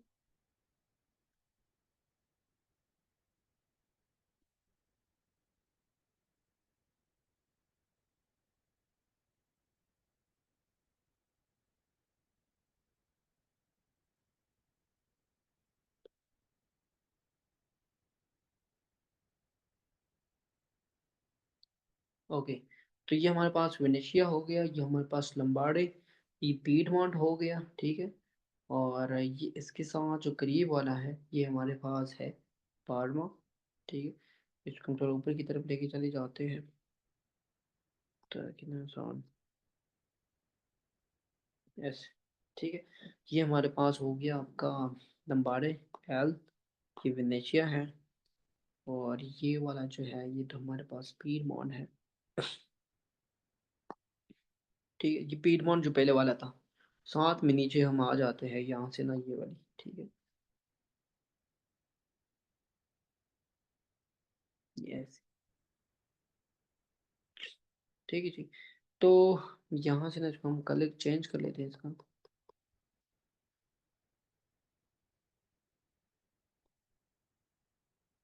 ठीक है। ये अलग एक स्टेट थी उनके उस टाइम पे, और ये वाली जो थी ना, ये अलग एक स्टेट थी, ये अलग एक स्टेट है आपका, ठीक है। अब बीच में ना इनके नीचे आपने क्या करना है, दो स्टेट्स को बनानी, छोटे छोटे बड़े बड़े बड़े छोटे छोटे दो स्टेट्स है, हम बनाते हैं, ठीक है। तो उनको कैसे बनाना है, बड़ा इजी तरीका है। ये जो आपका ना है ये वेनेशिया वाला, ये वेनेशिया, इसको आपने क्या करना है, नीचे जैसे यहाँ तक ऐसे लेके आ गए, ठीक है। फिर इसको आपने डिवाइड करना है ऐसे दो में।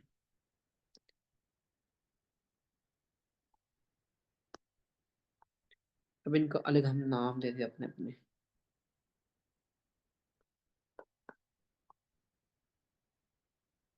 ये किंगडम ऑफ टू सिसिलीज थी,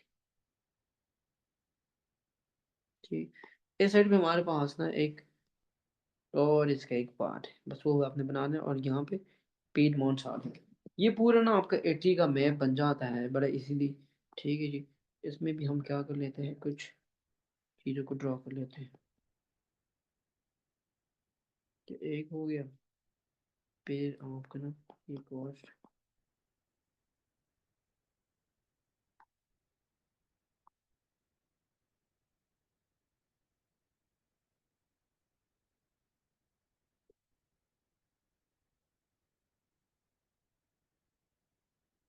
ठीक है जी।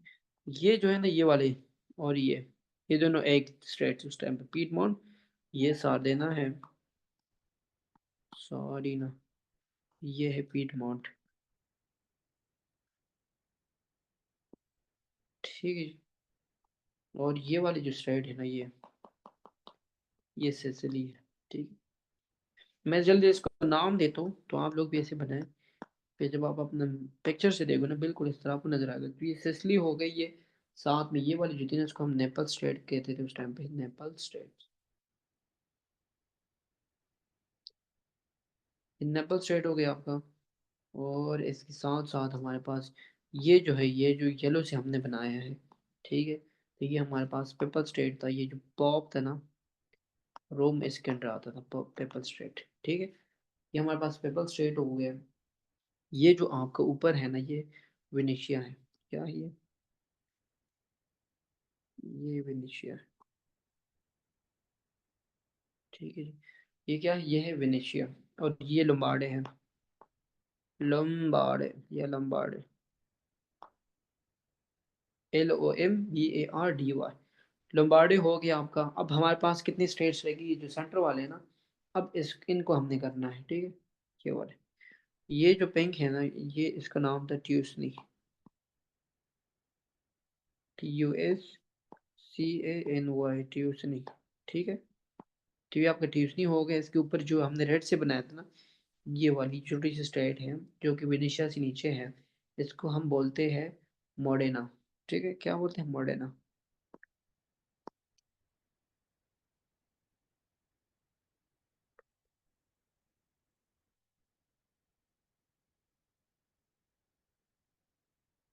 मोडेना। और ये जो स्टेट है ना, ये जो ब्लू वाली, ये मोडेना से ऊपर है, इसको हम पार्मा कहते हैं, PARMA, ठीक है। फार्मेसी वाला फार्मा हो गया। तो आपके सारे इटालियन स्टेट्स है, ये पूरी आपकी इटली की मैप है। अभी तक आप इस चीज़ को यूज़ कर सकते हैं, ये अभी भी वैलिड है, ये नोट अभी भी चल रही है, ठीक है जी। अब इसमें मैंने जैसे बताया ना, ये जो दो स्टेट्स है ना, ये इंपॉर्टेंट आप याद रखने हैं, ये वाले, ठीक है। ये थे पीडमोंट और सार्दिना की। पीडमोंट जैसे मैंने बताया ना, ये पीडमोंट, अब ये उसी पीडमोंट की बात हो रही है, ये वाली स्टेट्स। एक ये हो गया, इसने अपनी आर्मी भेजी थी उसमें, और इसके साथ यहाँ पे ना एक छोटा सा पार्ट है इसका आइलैंड में, ये दोनों क्या है, पीडमोंट सार्दिना। इसका बंदा कौन था, इसका था, नाम क्या था उसका, नाम था उसका काउंट के वॉर। अब काउंट के वॉर क्या करता है, जब इसने क्रीमियन वॉर में अपनी 15,000 की ट्रूप्स भेजी, तो इसलिए कि वो इस पूरी जो इटालियन स्टेट्स इन सबको क्या करे, वो इन सबको यूनाइट कर सके। क्योंकि उसने अपने आप को एक पावर मनवाया वहां से, उसने बड़े बड़े पावर के साथ मिलके फ्यूचर डिसाइड किया वहां पे, रशिया और जितनी भी कंट्रीज है। तो अब यहाँ पे ना वो क्या करेगा, इन सब जी जितनी भी इटालियन स्टेट्स है, इनको क्या करेगा, यूनाइट करेगा कि आप सब मिल जाओ और एक इटली बनाओ। इटली बनाओ तो इसका जो है किसके अंडर, स्पीड माउंट सार्दिना के अंडर की लीडरशिप हमारी होगी। बाकी स्टेट्स हम सारे क्या बनाएंगे, इटली का एक ही स्टेट बनाएंगे। अब इस ही इटालियन स्टेट को आप देख लो, ये आपका ना, ये जो लॉन्ग शूज होते हैं ना, ये बिल्कुल वही है, यानी आप देख लो यहाँ से स्टार्ट होके ना, ऐसे बिल्कुल शूज, ठीक है। तो ये था हमारा इटली का मैप और इसके कुछ स्टेट्स, तो ये मैंने कुछ डिस्कस किए। बाकी आप लोग इसको अपने तरीके से भी कर सकते हो, but one of the most जो इजी मेथड है इसको ड्रॉ करने का और याद करने का, वो यही था जो मैंने आपके साथ डिस्कस कर लिया। बट स्टिल देखते हैं, खैर ये हमारे पास पूरा मैप है, आगे इसी चीज़ को हमने डिस्कस करना है। तो बस इसको ना आप क्या करो,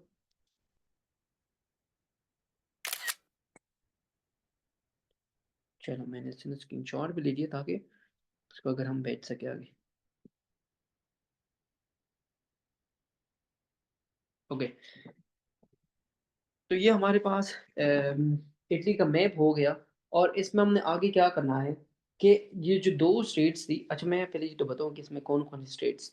अब यहाँ पे ना मैं बताऊंगा कि ऑस्ट्रिया बेसिकली, ये जो इसने ट्रीटी की थी ना, ये कांग्रेस ऑफ वियना 1815 में, ठीक है, वहाँ पे इसने, कांग्रेस ऑफ वियना ने कौन से कंट्रीज के इसके अंडर डाल दिए, कांग्रेस ऑफ वियना 1815। इसने क्या किया कि ऑस्ट्रिया को कौन कौन सी स्टेट्स दे दी इटली की, ठीक है, ऑस्ट्रिया गॉट। अब देखो यहाँ पे देखो, क्यों ना नेशनलिज्म आपकी राइज होगी इटली में, जब आपने क्या किया कि आपने इनडायरेक्ट कंट्रोल में दिया किस किस चीज़ को, इनडायरेक्ट कंट्रोल, कि ये कंट्रोल में तो होगी लेकिन इनडायरेक्ट होगी, डायरेक्ट कंट्रोल नहीं होगा आपका, ठीक है। कोई इटली का बंदा होगा जो कि ऑस्ट्रिया को क्या करेगा, रिपोर्ट करेगा, क्योंकि कांग्रेस ऑफ वियना का जो हेड था वो कौन था, मेटरनिक्स था ना, मेटरनिक्स इसी ऑस्ट्रिया से था। तो बहुत सारे इलाके इसने खुद ले लिए इटली के, जो नेपोलियन ने उस टाइम पे अपने साथ मिला दिए थे। तो इनडायरेक्ट रूल में इसने किस चीज़ को कंट्रोल में लिया, सबसे पहले इसने किया पार्मा को, पार्मा को इसने इनडायरेक्ट कंट्रोल में लिया, किसने, ऑस्ट्रिया ने। दूसरा कौन सा था, ट्यूसनी, नीचे जो तीन स्टेट थे ना, ट्यूसनी हो गया। और जो थर्ड स्टेट थी वो कौन थी, वो थी मोडेना। ये तीनों स्टेट्स इसने क्या किए, इनडायरेक्ट कंट्रोल में अपने ले लिए। और डायरेक्ट कंट्रोल में कौन कौन से इलाके थे ऑस्ट्रिया के, तो वो थे, ठीक है, डायरेक्ट कंट्रोल ऑफ ऑस्ट्रिया, तो वो कौन थे, सबसे पहला था आपका वेनेशिया, जो टॉप पे था, ठीक है, वेनेशिया, लंबार्डे। अब ये स्टेट्स वापस लेगा, ये सारी इटालियन जो स्टेट्स है, कैसे लेगा, इनके लिए ना ये लोग क्या करेंगे, पूरी डिप्लोमेसी यूज करेंगे, ठीक। अब इटली के कुछ और जो प्लेसेस है ना अदर, वो बाकी उसके अंडर थे, रूलर के। अब जैसे आपका जो था नीचे नेपल स्टेट था, ठीक है, वो किसके अंडर था, वो था नेपोलियन का जो था, फ्रांस का, ठीक है, अंडर,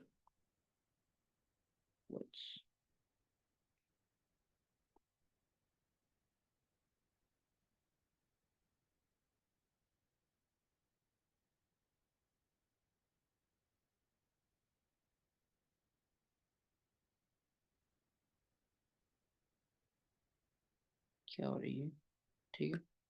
अच्छा, नेपल स्टेट जो था, बस सिंपल यहाँ पे लिख देता हूँ, ये दे,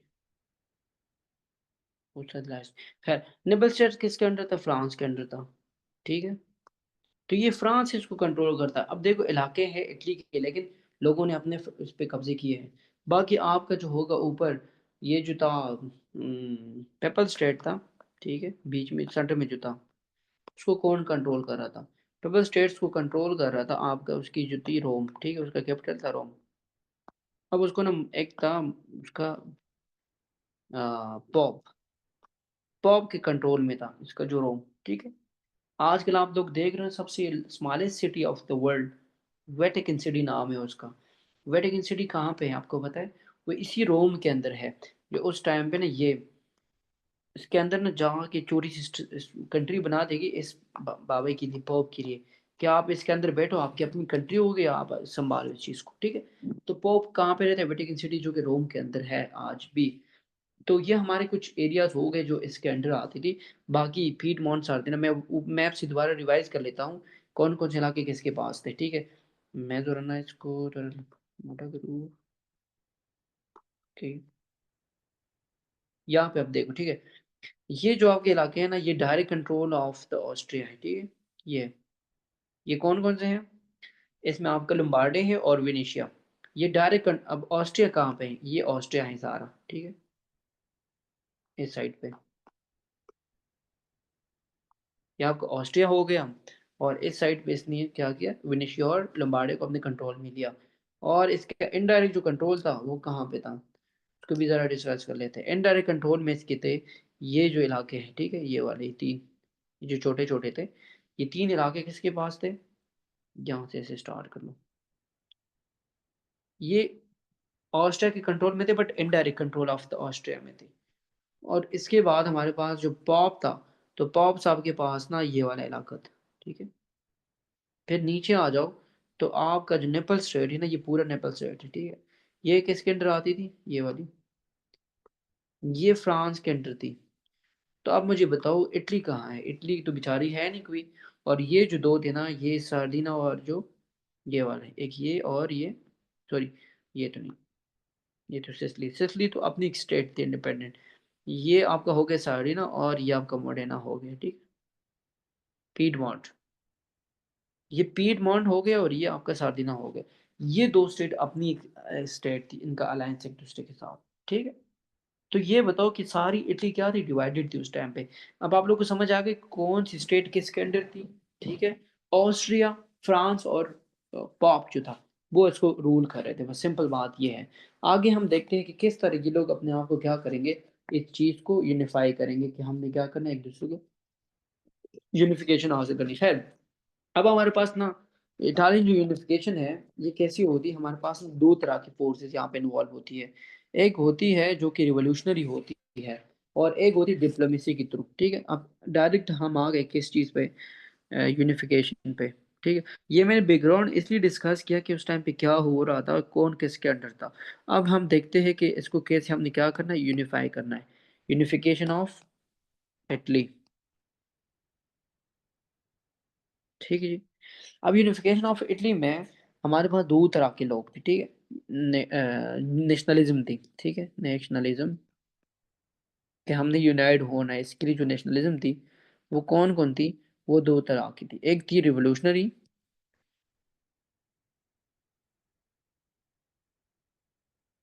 दूसरी जो थी वो डिप्लोमेसी की थ्रू थी, जो चाहते कि हम डिप्लोमेसी करें और इसके थ्रू क्या करें, इटली को यूनाइट करें, ठीक है। दो तरह के लोग हो गए उस टाइम पे।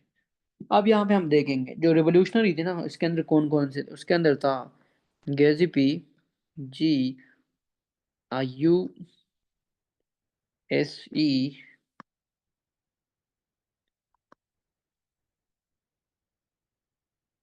ठीक है, मजीनी हो गया, और आपका गरिबाल्डी। मैं पहले लिख लेता हूँ इन दोनों को। दूसरा था गेजीपी, ये भी था, साथ में गरिबाल्डी था।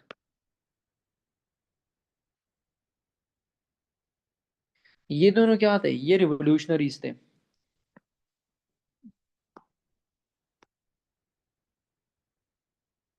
ठीक है। एक गजीपी मजीनी है और एक गजीपी गरिबाल्डी। दोनों क्या है, ये दोनों रिवोल्यूशनरीज है, मतलब ये क्या करें, ये रिवोल्यूशन चाहते हैं, ये सप्रेशन करते हैं, ये लड़ते हैं, लोगों को इकट्ठा करते हैं, लोगों को गाइड करते हैं कि आपने किस तरह अपनी रिवोल्यूशन या आज़ादी हासिल करनी है। और इस साइड पे ना एक बंदा है जो कि डिप्लोमेसी यूज करता है, अपनी अकल से काम करता है। वो कौन है, वो है आपका काउंट के वॉर, जो कि काफ़ी फेमस है इटालियन यूनिफिकेशन में, ठीक है।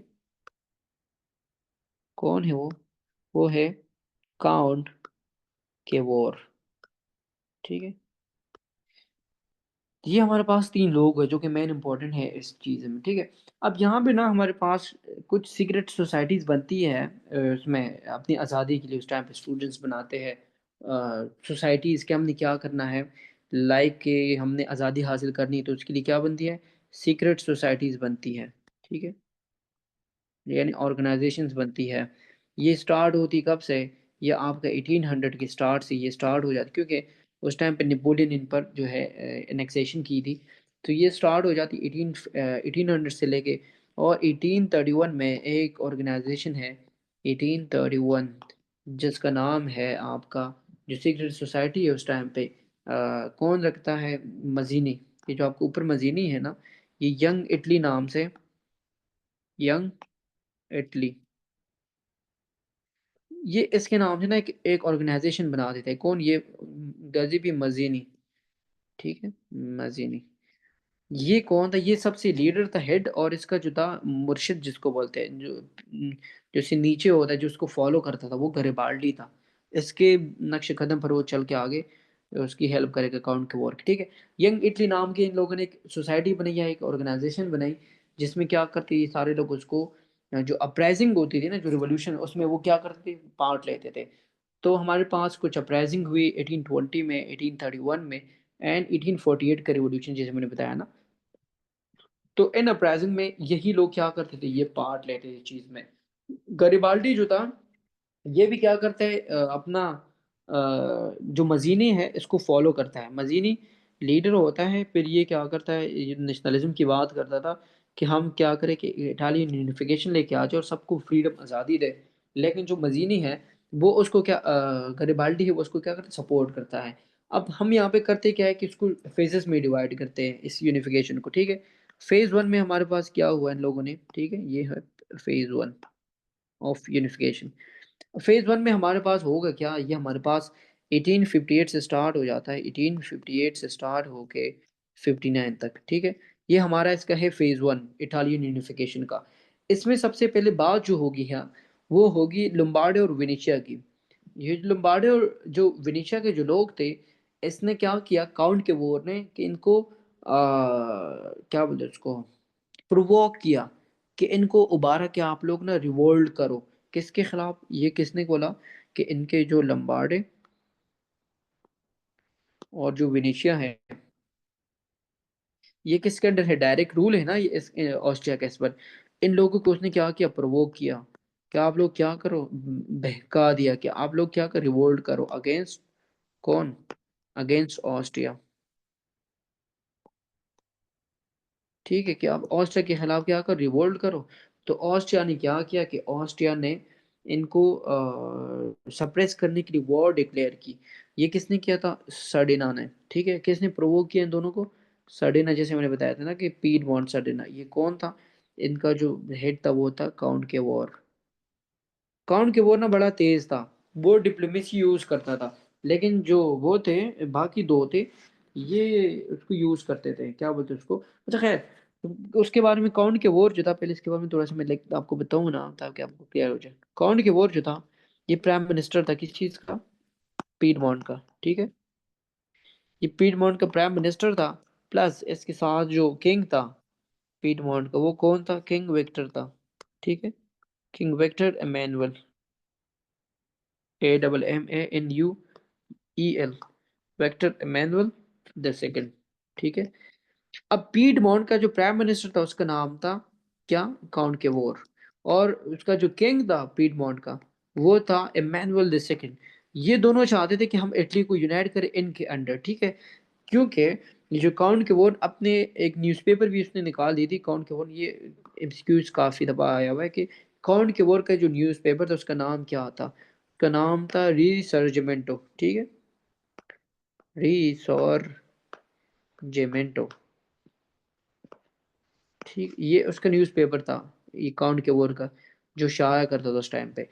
तो काउंट के वोर ने क्या किया, इसने दो मेथड्स यूज किए थे उस टाइम पे। ठीक है, कितने मेथड्स यूज किए उसने यूनिफिकेशन के लिए, दो मेथड्स।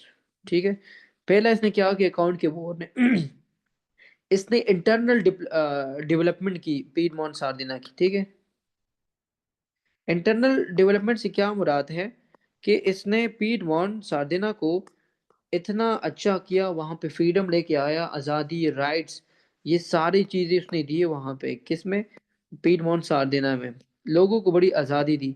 तो जो बाकी इटालियन स्टेट्स है ना, वो भी पीडमोंट सार्डिना को देखते थे कि यार इन लोगों की कितनी मज़े हैं, किंग है इनका, लेकिन आज़ादी है इनके पास, जो है फ्रीडम है, राइट्स है, और खुशहाली है, इकोनॉमी है। माय गॉश, खैर पता नहीं मेरे पास चार्ज खत्म हो गया क्या, मैंने देखा ही नहीं। बता देता आप लोग, चार्ज था या नहीं, मेरा तो आईपैड बंद हो गया। खैर, तो मैं क्या बता रहा था आप लोगों को कि काउंट के वोर ने क्या किया, उसने दो मेथड्स यूज किए। एक उसने किया इंटरनल डेवलपमेंट की, अपनी जो जिन स्टेट्स को वो कंट्रोल कर रहा था, जैसे रिकॉर्ड तो हो रहा है ना गोडा, जैसे आपका था पीडमोंट सार्डिना ना, ये दोनों स्टेट्स उसके अंडर थे। तो वहां पे ये क्या खुशहाली लेके आ गया, और साथ में ना ये साथ, वेट वेट शुक्र है खुल गया। तो बाकी स्टेट्स भी ना इनको देखते थे कि यार इनके तो मजे हैं, तो हम भी क्यों ना इनके अंडर ना यूनाइट हो जाए। ठीक है,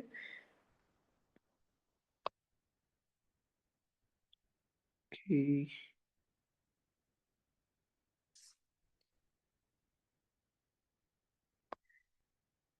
अच्छा दूसरा इसने क्या किया, दूसरा इसने यूज किया ना डेवलपमेंट, उसने स्किलफुल डिप्लोमेसी चलाई। डिप्लोमेसी जब ये खेलेगा ना, आपके ना होश है कि यार ये किस तरह से नहीं किया, इतना तेज था ये। तो ये क्या करता है, एक जगह है, ये इसने अपने आप को मजबूत किया अपनी कंट्री को, दूसरी जगह इसने डिप्लोमेसी यूज की कि वो कहते हैं ना कि कितना होशियार है ये बंदा। तो इसने अपनी होशियारी यूज की और इटली को क्या किया, यूनाइट किया। ठीक है, मैं स्क्रीन शेयर कर लूँ, ठीक है। बाकी इसमें इतना है नहीं, आपको ये समझ आ जाए ना तो फिर जो जर्मनी है वो आपके 10 मिनट का भी काम नहीं है, क्योंकि वहां पे भी इस तरह दूसरा बंदा है, बिस्मार्क। ठीक है। अब फेज वन हम देखते हैं कि फेज वन में इसने क्या किया, काउंट के वोर ने सबसे क्या किया कि लंबार्डे और विनिशिया के लोगों को ना प्रोवोक किया, उनमें ना उसके जज्बात को उभार दिया कि आप ना अपने, जो पीड मोन्सार्देना है आपके ऊपर हुकूमत कर रहा है, सॉरी ऑस्ट्रिया, ये आपके ऊपर हुकूमत कर रहा है, लेकिन ये एक जर्मन स्टेट है, ये एक इटालियन स्टेट नहीं है। इसलिए आप लोग क्या करो कि आप लोग रिवोल्ट करो, इनके खिलाफ ना प्रोटेस्ट स्टार्ट करो, ताकि हम क्या करें। ओके, शेयर कर दो, प्रोटेस्ट करो, ताकि हम ना सारे यूनाइट हो जाए। ठीक है। लोग तो खुश थे, क्योंकि उसने अपनी कंट्री में इतनी तरक्की की थी कि सारे लोग इसके हक में आए थे कि हाँ हम इसके साथ मिलना चाहते हैं। अब हो गया क्या इसके बाद, कि हमारे पास जो आपका बंदा है, फेज वन हमने यहाँ पे लिख दिया था ना। ओके, यहाँ पे लिख देते हैं फेज वन। ठीक है। अब फेज वन में क्या करेगा काउंट किया वो, लोम्बार्डे प्लस जो विनिशिया है, ऊपर वाले जो दो हिस्से थे ना, एक ये था। ठीक है। चलो ये आपके हो गया ऑस्ट्रिया। ठीक है, ये ऑस्ट्रिया है। ऑस्ट्रिया के साथ यहाँ पे एक लगी है वो दूसरी इसके साथ ना इस साइड। ठीक है। ये दो स्टेट थे इसके साथ इटालियन, जो इसके साथ बाउंड्री पे थे। ये आपका ऑस्ट्रिया हो गया, ये है वेनेशिया, ये लोम्बार्ड है। अब फेज वन में किस तरह ये यूनाइट करते हैं ना, आप इसको देखो कि इसने इन लोगों को क्या किया, ये जो यहाँ पे लोग हैं, कि आप रिवोल्ट करो ऑस्ट्रिया के खिलाफ, कि हम ऑस्ट्रिया की गवर्नमेंट को नहीं मानते। ठीक है, इन दोनों कंट्रीज में, यहाँ से नीचे सारा ही तो इटली है ना, जिसे मैंने अभी ड्रॉ किया था। ठीक है। तो इन दो स्टेट्स में जब इसने रिवोल्ट किया ऑस्ट्रिया के खिलाफ, ऑस्ट्रिया ने क्या किया, ऑस्ट्रिया ने सार्डिना के खिलाफ वॉर डिक्लेयर किया। ठीक है, सार्डिना यहाँ पे था ना, और पीडमोंट यहाँ पे था, ये। तो इन दोनों के खिलाफ इसने क्या किया, इसने वॉर डिक्लेयर किया, ऑस्ट्रिया ने। जब ऑस्ट्रिया ने वॉर डिक्लेयर किया, यहाँ पे कौन है, काउंट के वॉर है ना, ये सारा के वॉर ने किया था। उन सबको पता था कि ये वॉर कर रहे हैं, उनको इग्निशन प्रोवाइड कर रहा है कि आप इनके खिलाफ लड़ो। तो अब फ्रांस की हेल्प ली, फ्रांस किस ये जो था काउंट के वॉर, इसने क्या किया था कि फ्रांस को अपने साथ मिला लिया था। तो with the help of France, France में कौन था, नेपोलियन था ना, उसने हेल्प की इसकी। ठीक है, नेपोलियन द थर्ड। जब इसने हेल्प की, तो पीट मॉन सार्दिना ने क्या किया कि इसने वेनेशिया को क्या किया, लिबरेट किया। ठीक है, वेनेशिया, बल्कि वेनेशिया के करीब है ना ये वाली, तो ये अभी ना इसके पास होगी, किसके पास, ये ऑस्ट्रिया के पास होगी ये वाली। ठीक है, यहाँ पे इसकी ना फोर्सेस या जो भी इसका होल्ड है ज़्यादा था, लेकिन ये वाली जो एरिया है ना, ये जो लंबाड़े वाली, ये इसने क्या किया, इसने इसको लिबरेट किया, आज़ाद कर दी ये वाली। ठीक है, छोटी सी स्टेट थी ना लंबाड़ी की, वो इसने लिबरेट की यहाँ पे, फर्स्ट जो इसकी थी फेज वन में, किसने, के वॉर ने। और जो दूसरी है ये वाली, ये ऑस्ट्रिया के साथ रहेगी एंड तक, क्योंकि ना ये इसका होल्ड यहाँ पे ज़्यादा था ऑस्ट्रिया का। तो ये पहला जो हमारे पास फेज था, फेज वन, ये हमारे पास होता है 58 से 59 तक। इसमें सिर्फ एक स्टेट को यूनाइट करता है पीड मोसार देना, with help of Napoleon the third, यानी फ्रांस। ठीक है। अब इसके बाद ना हमारे पास फेज टू आता है। ठीक है, फेज टू,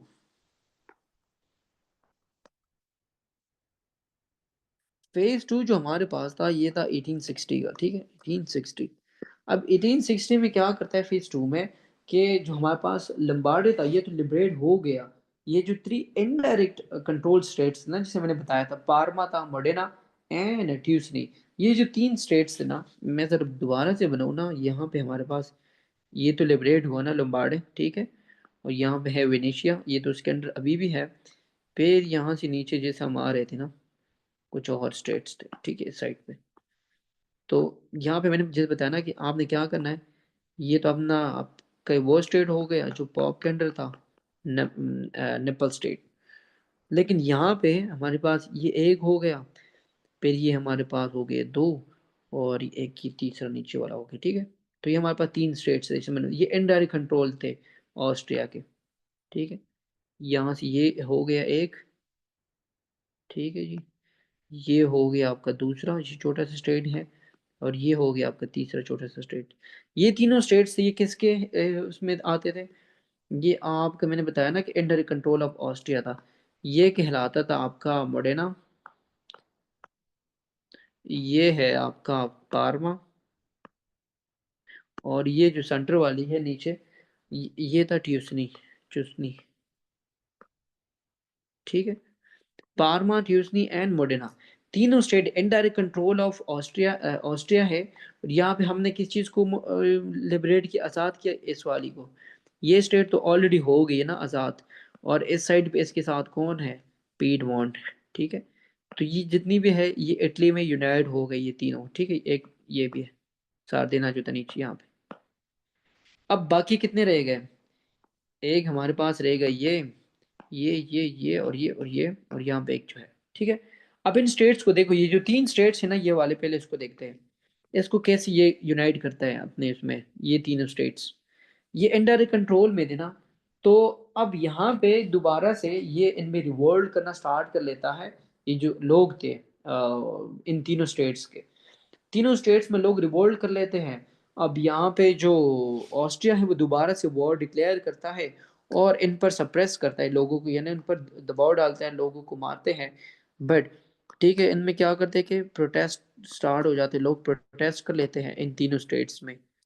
लेकिन जो बाकी कंट्रीज है, फ्रांस था, रशिया और जितनी भी थे ना, उन लोगों ने क्या किया, ग्रेट ब्रिटेन और फ्रांस उस टाइम पे, इन लोगों ने बोला कि आप क्या करो, इन लोगों से पूछो, इनको मारो नहीं बल्कि इनसे पूछो कि ये किसके साथ मिलना चाहते हैं। तो इसने क्या किया, ऑस्ट्रिया को परसुएड किया, फिर कन्विंस किया कि आप आर्मी ना भेजो, बल्कि यहाँ पे ये जो मूवमेंट्स है इनके साथ आप डील करो और इनको देखो कि ये रेफरेंडम करो किसके साथ जाना चाहते हैं।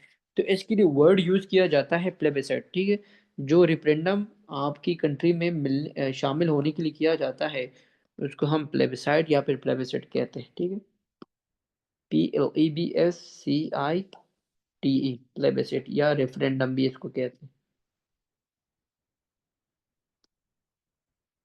ठीक है, अब ये रेफरेंडम, प्लेबिसाइट या रेफरेंडम किया जाता है। और इसमें क्या करते हैं कि जो लोग थे वो क्या कर लेते हैं, people voted in favour of Sardinia. Sardinia कौन था यार, ये समझ आ रहा है ना, साडेना कौन है? बेसिकली ये आगे जाके इटली ही बन रहा है, बट यहाँ पे एक बड़ा स्टेट है जिसने पावर हासिल की थी क्रीमियन वॉर के टाइम पे। इसने 15,000 सोल्जर्स भेजे थे। और इसका जो हेड, जो प्राइम मिनिस्टर है वो है केवोर, काउंट केवोर। तो पीट मॉन्ट सार्डिना जो है, यहाँ पे लोग इसके हक में जो है क्या क्या करते हैं, अपने आप को इसके हक में करते हैं कि हम इसके अंडर आना चाहते हैं और ये हमारी लीडर है, बस सिंपल बात ये है। ठीक है, तो लोगों ने क्या किया कि इसके हक में वोट दिया। अब यहाँ पे हमारे पास अगर हम काउंट करें, लम्बार्डे, पार्मा, मोडेना और ट्यूसनी, चार स्टेट्स आ गए हमारे यूनिफिकेशन में। ठीक है, अब हम आते हैं थर्ड में, कि हमारे पास जो है थर्ड में क्या होगा, फेज थर्ड। ठीक है, अब फेज थर्ड में होता क्या है कि जो आपका है, बल्कि वेट वेट, फेज थर्ड से पहले हम आपका जो है गरिबाल्डी को हमने डिस्कस किया ना उससे पहले। तो इसको कहा जाता है द 1000। ठीक है, द 1000 ट्रूप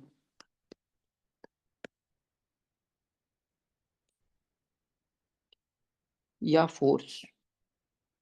गरिबाल्डी का मैंने नाम लिया था ना, मजीनी तो मर जाता है, गरिबाल्डी, उसका जो लीडर, उसका जो मुर्शिद होता है, या क्या कहते हैं उसको, मुरीद, गरिबाल्डी। ठीक है, गरिबाल्डी क्या करता है, ये उसको आगे लेके जाता है उसकी मूवमेंट को, जो रिवोल्यूशनरी मूवमेंट थे। गरिबाल्डी क्या करता है कि 1,000 लोगों को मिलके लेके जाता है कहाँ पे, ये जो दो स्टेट से नीचे, सेसिली, और ये जो मैंने बताया ना जो शूज का नीचे वाला हिस्सा होता है ये वाला। ठीक, ये और ये यहाँ पे एक ऐसे था।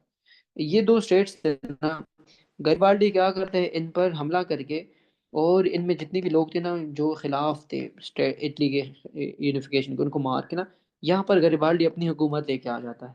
बट अब काउंट के वोर क्या करेगा, वो इतना होशियार था। पहले तो उसने गरिबाल्डी, ये सब तो दोस्त थे दोनों, रिवॉल्यूशन चाहते थे, यूनिफिकेशन चाहते थे की। बट जो गरिबाल्डी था और मजीनी के का पैरोकार था, ये लोग क्या चाहते थे, ये लोग चाहते थे कि यहाँ पे रिपब्लिक आ जाए, यानी जैसे डेमोक्रेसी हो वहाँ पे, प्रेसिडेंट और प्राइम मिनिस्टर ये वाला सिस्टम आ जाए। बट जो काउंट के वोर था ना, काउंट के वोर, वो चाहता था कि इटली के अंदर क्या हो, बादशाह हो, मोनार्की हो। क्योंकि वो अभी भी पीडमोंट सार्डिना तो मोनार्की है, वहां पे किंग विक्टर इमैनुअल ये बैठा हुआ है ना, वो तो किंग है इटली का, पीडमोंट सार्डिना का। बट प्राइम मिनिस्टर कौन है, काउंट के वो है। तो ये लोग इस तरह की ना लूज मोनार्की चाहते थे इटली का। यहाँ पे इन दोनों के बीच में इशू होता है, गरिबाल्डी और काउंट के वोर के बीच में। बट ये दोनों सॉल्व कर लेते हैं इसको। लेकिन ये बताते नहीं है इसको नेपोलियन को, क्योंकि ये जो इलाके थे मैंने बताया था ना, ये नेपोलियन के अंडर थे। अब अगर इन पर हमला करना था डायरेक्ट, तो ये किसके साथ दुश्मनी लेनी थी, फ्रांस के साथ। लेकिन काउंट के वो नहीं चाहता था कि मैं किसी के साथ दुश्मनी करूं। वो अपनी माइंड के यूज करके उसने पहले गरिबाल्डी को भेजा। गरिबाल्डी तो बदनाम था, वो तो एक रिवोल्यूशनरी था, उसने इन इलाकों को फतह किया। काउंट के वो ने किया, गेम खेला उसने, उसको खत लिखा, किसको, नेपोलियन को, कि भाई आपके जितनी भी एरियाज थे वो एक रिवोल्यूशनरी जिसका नाम है गरिबाल्डी उसने फतह कर लिए। अब मैं क्या करूं, मैं जाके उस पर अपना दोबारा से कब्जा कर लूं। नेपोलियन ने उसको इजाजत दी कि यस, तुम जाओ और उसको ना वहां से निकाल दो, ठीक है। अब काउंट के बोर क्या करेगा, वो जाएगा नेपोलियन को कन्वेंस करेगा और सिसिली को अटैक करेगा। जब काउंट के बोर सिसिली पहुंच जाता है, तो वो साइन कर लेता है एक डील गरिबाल्डी के साथ, और गरिबाल्डी को बोलता है कि आप भी इटली के अंदर आ जाओ, सार्डिना के अंडर आ जाओ और इटली को यूनाइट करो। तो गरिबाल्डी मान जाता है, और यहाँ पे हमारे पास जो सिसिली थी, ये भी क्या, ये भी सार्डिना के अंदर आ जाती है, ठीक। जस ये जो गेम इसने खेला ना किंग के नेपोलियन के साथ, वो इसलिए इसने पहले गरिबाल्डी को भेजा कि आप जाके 1000 ट्रूप, 1000 लश्कर लेके गया वहां पे। वहां पे अपने भी कुछ लोग थे जो इनके साथ हक में मिलना चाहते थे। तो उन लोगों ने क्या कि नेपोलियन की जो फ्रांस के जो लोग बैठे हुए थे वहां पे उनको निकाल दिया, और वहां पे उस पर हुकूमत लेके आया कि गरिबाल्डी। फिर इसने क्या किया कि फ्रांस का जो नेपोलियन था उसको लेकर कि गरिबाल्डी उस पर कब्जा कर चुका है, मैं क्या करूँ। तो नेपोलियन ने इसको बोला कि जाओ और इस पर तुम क्या करो, अटैक करो। ये जैसे अटैक कर लेता है, फिर जो इलाके इसने फतह किए वो अपने पास रख लेता है। बेसिकली वहां पे जाके ये साइन कर लेता है एक डील गरिबाल्डी के साथ, और उसको यूनाइट कर लेता है इटली के अंडर, ठीक है। अब हमारे पास कौन कौन रह गया, हमारे पास रह गया आपका वेनेशिया और रोम रह गया, ठीक है। तो अब फेज 3 में क्या होगा, ठीक है, फेज 3 हम डिस्कस करते हैं, ठीक है। फेज 3 जो था हमारे पास, ये 1866 से लेके 1876 तक, ठीक। इसमें क्या होगा, अब हमारे पास कितने कितने एरियाज रह गए, एक रोम रह गया, ठीक है, और प्लस वेनेशिया जो कि उसके करीब है, ऑस्ट्रिया के करीब जो कि रह गया था, ठीक है। ये दो एरियाज है ना, इनको अपने हमने क्या करना है, स्टेट्स यूनाइट करना है। लेकिन थोड़ी सी ना हमारे पास एक सैड न्यूज़ आ जाती है 1861 में, काउंट के वॉर की ना हत्या हो जाती, मर जाता है। काउंट के वॉर मर गया, ठीक है, 1861 में। बट उसने जितनी भी डिप्लोमेसी के लिए थी ना, तो उसने किंग विक्टर को इतना होशियार बना दिया था कि वो आप समझ जाता है कि हमने किस तरह आगे यूनिफिकेशन हासिल करनी है। अब किंग विक्टर के ऊपर ना जिम्मेदारी आ गई, ठीक है, King Victor Emmanuel the second. अब ये क्या करेगा, रिस्पॉन्सिबल है यूनिफिकेशन के लिए। वो क्या करते हैं, अब उसकी ना होशियारी देखते हैं कि वो कुछ सीखा है काउंट के वॉर से या नहीं। अब ये क्या करता है, जो काउंट के वोट, ये 1866 में ना, या आगे हम पढ़ेंगे 1866 में, 1866 में, यहाँ पे हमारे पास ऑस्ट्रिया और प्रशिया, प्रशिया उस दिन मैंने बताया था किसको कहा जाता है, जर्मनी को। ऑस्ट्रिया एंड प्रशिया, इन दोनों के बीच में ना वॉर होती है। ऑस्ट्रिया और प्रशिया, जर्मनी के बीच में। प्रशिया मीन जर्मनी, ये पहले इसका नाम था प्रशिया। तो प्रशा और ऑस्ट्रिया के बीच में जब वॉर होती है 1866 में, तो यहाँ पे सर्डिना क्या करता है, ये डील कर लेता है, यानी King Victor Emmanuel the second deal कर लेता है प्रेशा के साथ, जर्मनी के साथ, कि अगर आप जीत गए मैं आपको सपोर्ट करूंगा, लेकिन आपने मुझे क्या देना है, आपने मुझे विनिशिया ला के देना है, किससे, आपका जो है ऑस्ट्रिया से। उसने बोला ओके हो गया। लेकिन ये जो वॉर थी ना 1866 वाली, ये प्रशिया जीत जाती है, ठीक है, जर्मनी ये वॉर जीत जाती है। और इटली को क्या मिल गया, इटली गॉट, कौन, वेनेशिया, ठीक है, इटली को वेनेशिया मिल गया हमें, ठीक है जी। अब एक चीज रहेगी, रोम, रोम को किसी तरीके से क्या करना है, लेना है। तो रोम के लिए वो क्या कर लेता है कि 1871 में यानी 1871 में एक वॉर होती है फ्रांस और किसके बीच में, फ्रांस वर्सेस प्रशिया के बीच में, ठीक है। ये प्रशिया और फ्रांस के बीच में वॉर होती है। तो जब वॉर होती है तो नेपोलियन की आर्मी होती है रोम में, नेपोलियन क्या करता है, वो अपनी आर्मी बुला लेता है, उसकी आर्मी स्टेशन थी ना रोम में। तो जैसे वॉर स्टार्ट हो जाती है उसको आर्मी की जरूरत होती है, वो रोम से वापस बुला लेता है, ठीक है, अपनी आर्मी को। अब मुझे बताओ, जब रोम खाली है, तो do in Rome as the Roman do, जब रोम खाली है तो आप क्या करोगे, और आपके अंडर आता है तो आप उस पर कब्जा करोगे, ठीक है।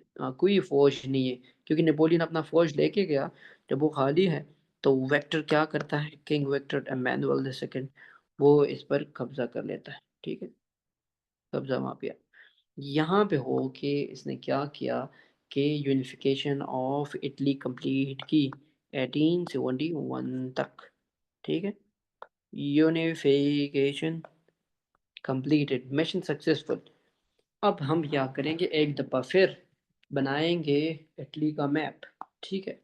अब आप लोग मुझे देखो, अगर आप लोग भी बनाना चाह रहे हो तो बनाओ साथ साथ, ठीक है, नहीं बना रहा तो वो भी गुड है। सबसे पहले हम क्या करते हैं, ब्लू से बना लेते हैं इटली का मैप।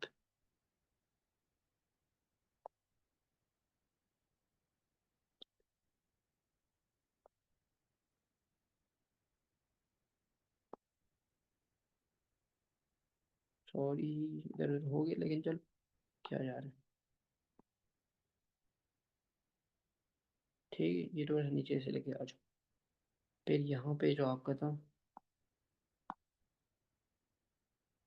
और यहाँ पे ये 9:30 हो गया अपना, ठीक है। बीच में हम बनाते हैं कि कौन कौन सी स्टेट्स है। तो सबसे पहले हमारा है वेनेशिया, जो कि किसके साथ है, ऑस्ट्रिया के साथ है।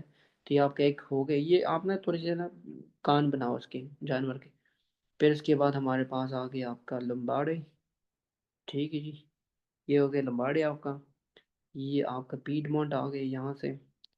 अच्छा, इनको ना यहाँ से हमने स्टार्ट करना है यहाँ तक, इसको हमने डिवाइड करना है दो में, एक पार्मा है, मोडेना हो गया, फिर पी हो गया, और यहाँ से ये सारा होके ये हमारे पास बन जाता है ट्यूसनी, ट्यूसनी, ये पार्मा हो गया, ये है पीडमोंट, ठीक है जी।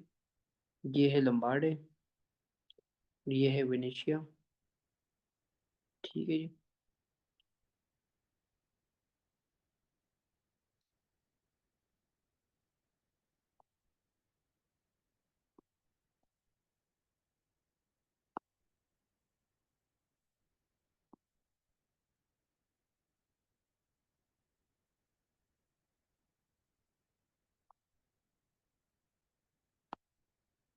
ये जितना भी है इसको हम क्या बोले थे, पेपल स्टेट। यहाँ पे रोम है, ठीक है, रोम। और ये जो नीचे वाला था इस जिसका नाम था नेपाल स्टेट, ये था सिसिली, ठीक है। इन दोनों को ये भी नाम कहा जाता है, दोनों को करीब इकट्ठे, kingdom of two Sicily, kingdom of two Sicily, ठीक है। ये तो है, आपको पता है साड़ीना है, ठीक है। तो ये ओवरऑल हमारी इटली की मैप है। आप इसको थोड़ा सा अच्छे पे भी बना सकते हो, मैंने तो जल्दी जल्दी बनाया, बट देख के भी आप इसको बनाओगे ना तो बड़ा क्यूट सा मैप इसका बन जाता है। इटली का सबसे इजी मैप है ना वो इटली का है, बड़ा अच्छा मैप बन जाता है आपका। ठीक है। तो ये यहाँ तक हमने क्या किया, मैं दोबारा से एक दफ़ा रिवाइज कर लेता हूँ। सबसे पहले हमने क्या किया कि किसकी यूनिफिकेशन की। ठीक है। तो वो जो हमारे पास आई थी वो है ये तो पहले से थी ना, ये आपको पता है, ये पीडमॉन्ट और सार्डिना, ये तो पहले से इंडिपेंडेंट स्टेट्स थी। ठीक है। इन पीडमॉन्ट सार्डिना की प्राइम मिनिस्टर काउंट के वोर और वेक्टर इमैनुअल द सेकंड, इसने क्या किया, सबसे पहले तो लंबाडी को अपने साथ मिलाया। ठीक है। ऑर्डर को याद रखो। ठीक है। लंबाडे मिल गए इनके साथ। ठीक है। कैसे मिलाया था, नेपोलियन के साथ इन लोगों ने अलायंस बनाया था। अगेंस्ट कौन, ऑस्ट्रिया, इस साइड पे ऑस्ट्रिया है सारा। ठीक है। अब ऑस्ट्रिया के पास वेनेशिया रह गया, क्योंकि वेनेशिया उनके साथ था नहीं, यहाँ पे उनकी फोर्स और जितनी थी ना बड़ी होड़ ज्यादा थी, तो वेनेशिया अभी इधर छोड़ लेते ग्रीन में, ग्रीन गैस में। ठीक है। वापस आते हैं यहाँ पे। उसके बाद इन लोगों ने क्या किया, लंबाडे हासिल करने के बाद ये जो तीन स्टेट्स है ना ये वाले, जो लूज अलायंस था उनके साथ, इन कंट्रोल था ऑस्ट्रिया का, इसमें ना प्लेबिसाइट किया, यानी रेफरेंडम किया। इन लोगों ने किसके हक में वोट दिया, लंबाडे और ये पीडमॉन्ट के हक में। ठीक है। ठीक, ये सारे मिल गए। इसके बाद क्या किया जाता है कि आपका जो है ये जो नेपल स्टेट्स है, यहाँ पे गरिबाल्डी को भेजा जाता है। ठीक है, रेड से बना देता हूँ। यहाँ पे रिवोल्यूशनरी गरिबाल्डी आता है द द थाउजेंड एक्सपीडिशन के साथ, 1000 ट्रूप वाला, ये बड़ा मशहूर है, द थाउजेंड ट्रूप। ठीक है। थाउजेंड ट्रूप के साथ वो यहाँ से सार्डिना से यहाँ आ जाता है शिप में, इन पर कब्जा कर लेता है, इन दो में। ठीक है, सिसिली और इन दोनों पर। इन दोनों पर जब इसकी हुकूमत आ जाती है तो काउंट के वोर क्या करता है, वो फ्रांस को खबर भेज देता है कि यार इस पर तो इसने कब्जा किया, मैं क्या करूँ। तो वो बोलता है इसको कि आप उस पर अटैक करो। तो काउंट के वोर आके किसको अटैक करता है, इसी इलाकों को अटैक करता है, ये सिसिलीज को। और यहाँ पे आके उसके साथ डील कर लेता है, किसके साथ, गरिबाल्डी के साथ, कि इसको क्या करो, अंडर लेके आ जाओ इटली। उसने कहा ओके, डील हो जाती है। ये एरियाज भी किसके अंडर आ गए, इटली के अंदर आ गए। अब रह गए कौन कौन, रह गए ये वाले। ठीक है। ये रोम रह गया आपका। ठीक है। और साथ में ये जो ऊपर वेनेशिया है, दोनों ग्रीन वाले ना, ये रह गए। अब क्या करेगा, वो इतना होशियार है, यहाँ तो बेचारा मर गया ना 1861 में, होशियार कहाँ से हो गए। 1861 में काउंट के वोर मर जाता है। जब वो मर जाता है तो ये इसको कौन आज़ाद करेगा, ये किंग के हवाले उसने कर दिया कि चलो मैं मर रहा हूँ, इसको आपने करना है आज़ाद। किंग वेट करता है टाइम का। सबसे पहले 1866 में, 1866 में वॉर होती, ऑस्ट्रिया और प्रशिया के बीच, यानी ऑस्ट्रिया और जर्मनी के बीच में वॉर होती। तो वो डील कर लेता है किंग विक्टर जर्मनी के साथ, यहाँ पे जर्मनी है, इस साइड पे ऑस्ट्रिया है, कि अगर ऑस्ट्रिया को आपने हरा दिया तो आपने ये वाला इलाका मुझे देना है और मैं आपको सपोर्ट करूंगा। उसने कहा ओके बाबू। वो जैसे जीत जाता है जंग तो वेनिशिया किसको मिल जाती है, ये भी मिल जाती है आपकी, ये क्या नाम है आपका, इटली को। ठीक है। सार्डिना के अंडर ये क्या होती मिल जाती। तो ये भी आपको क्या हो गया, मिल गया। अब नीचे वाला जो एरिया है ना ये वाला, इसको कैसे यूनाइट करना है। यहाँ पे ना जैसे रोम है तो यहाँ पे अभी भी नेपोलियन की आर्मी स्टेशन है। नेपोलियन की वॉर होती है किसके साथ, जर्मनी के साथ। 1871 में कौन सी वॉर होती है, फ्रेंच या फ्रेंच प्रशियन वॉर। फ्रांस और प्रशिया की वॉर होती है। अब दोबारा से जर्मनी और फ्रांस की वॉर होती है। ये कब होती है, ये 1871 में होती है। जर्मनी लड़ रहा होता है सबके साथ। ठीक है, ये स्टार्ट से इस तरह लड़ते लड़ते आ गए।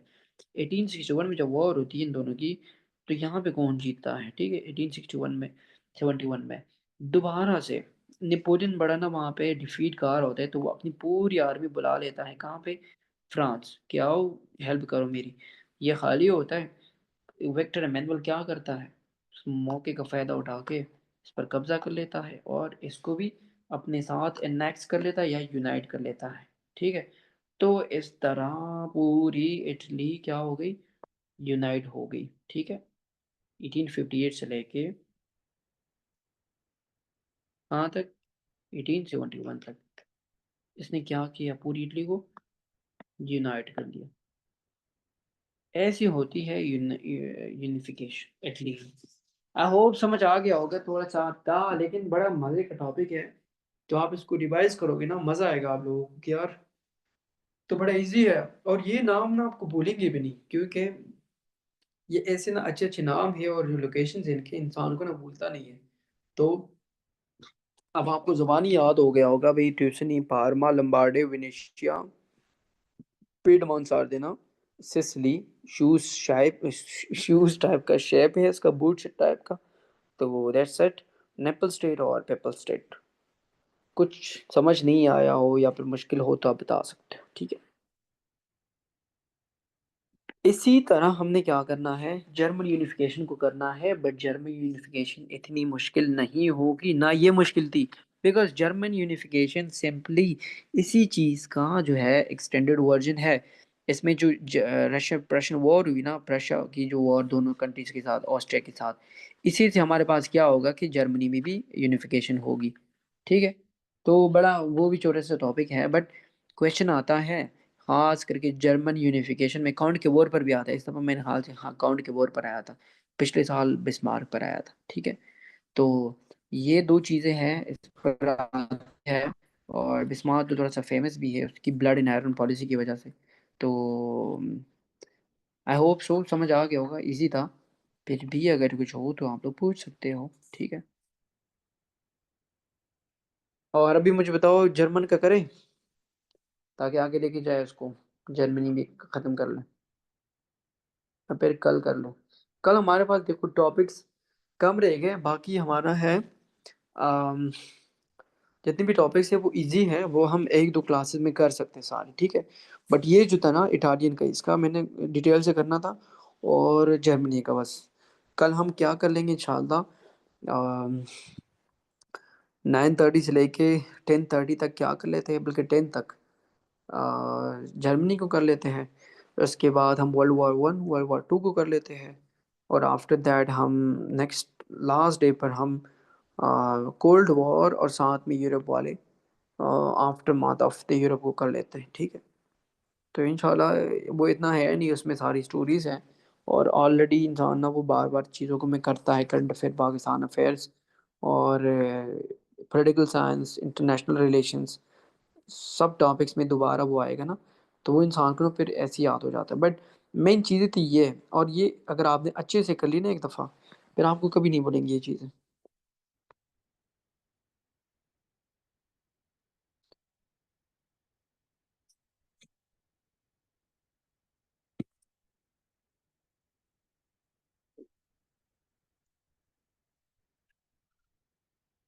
तो पूछ ली।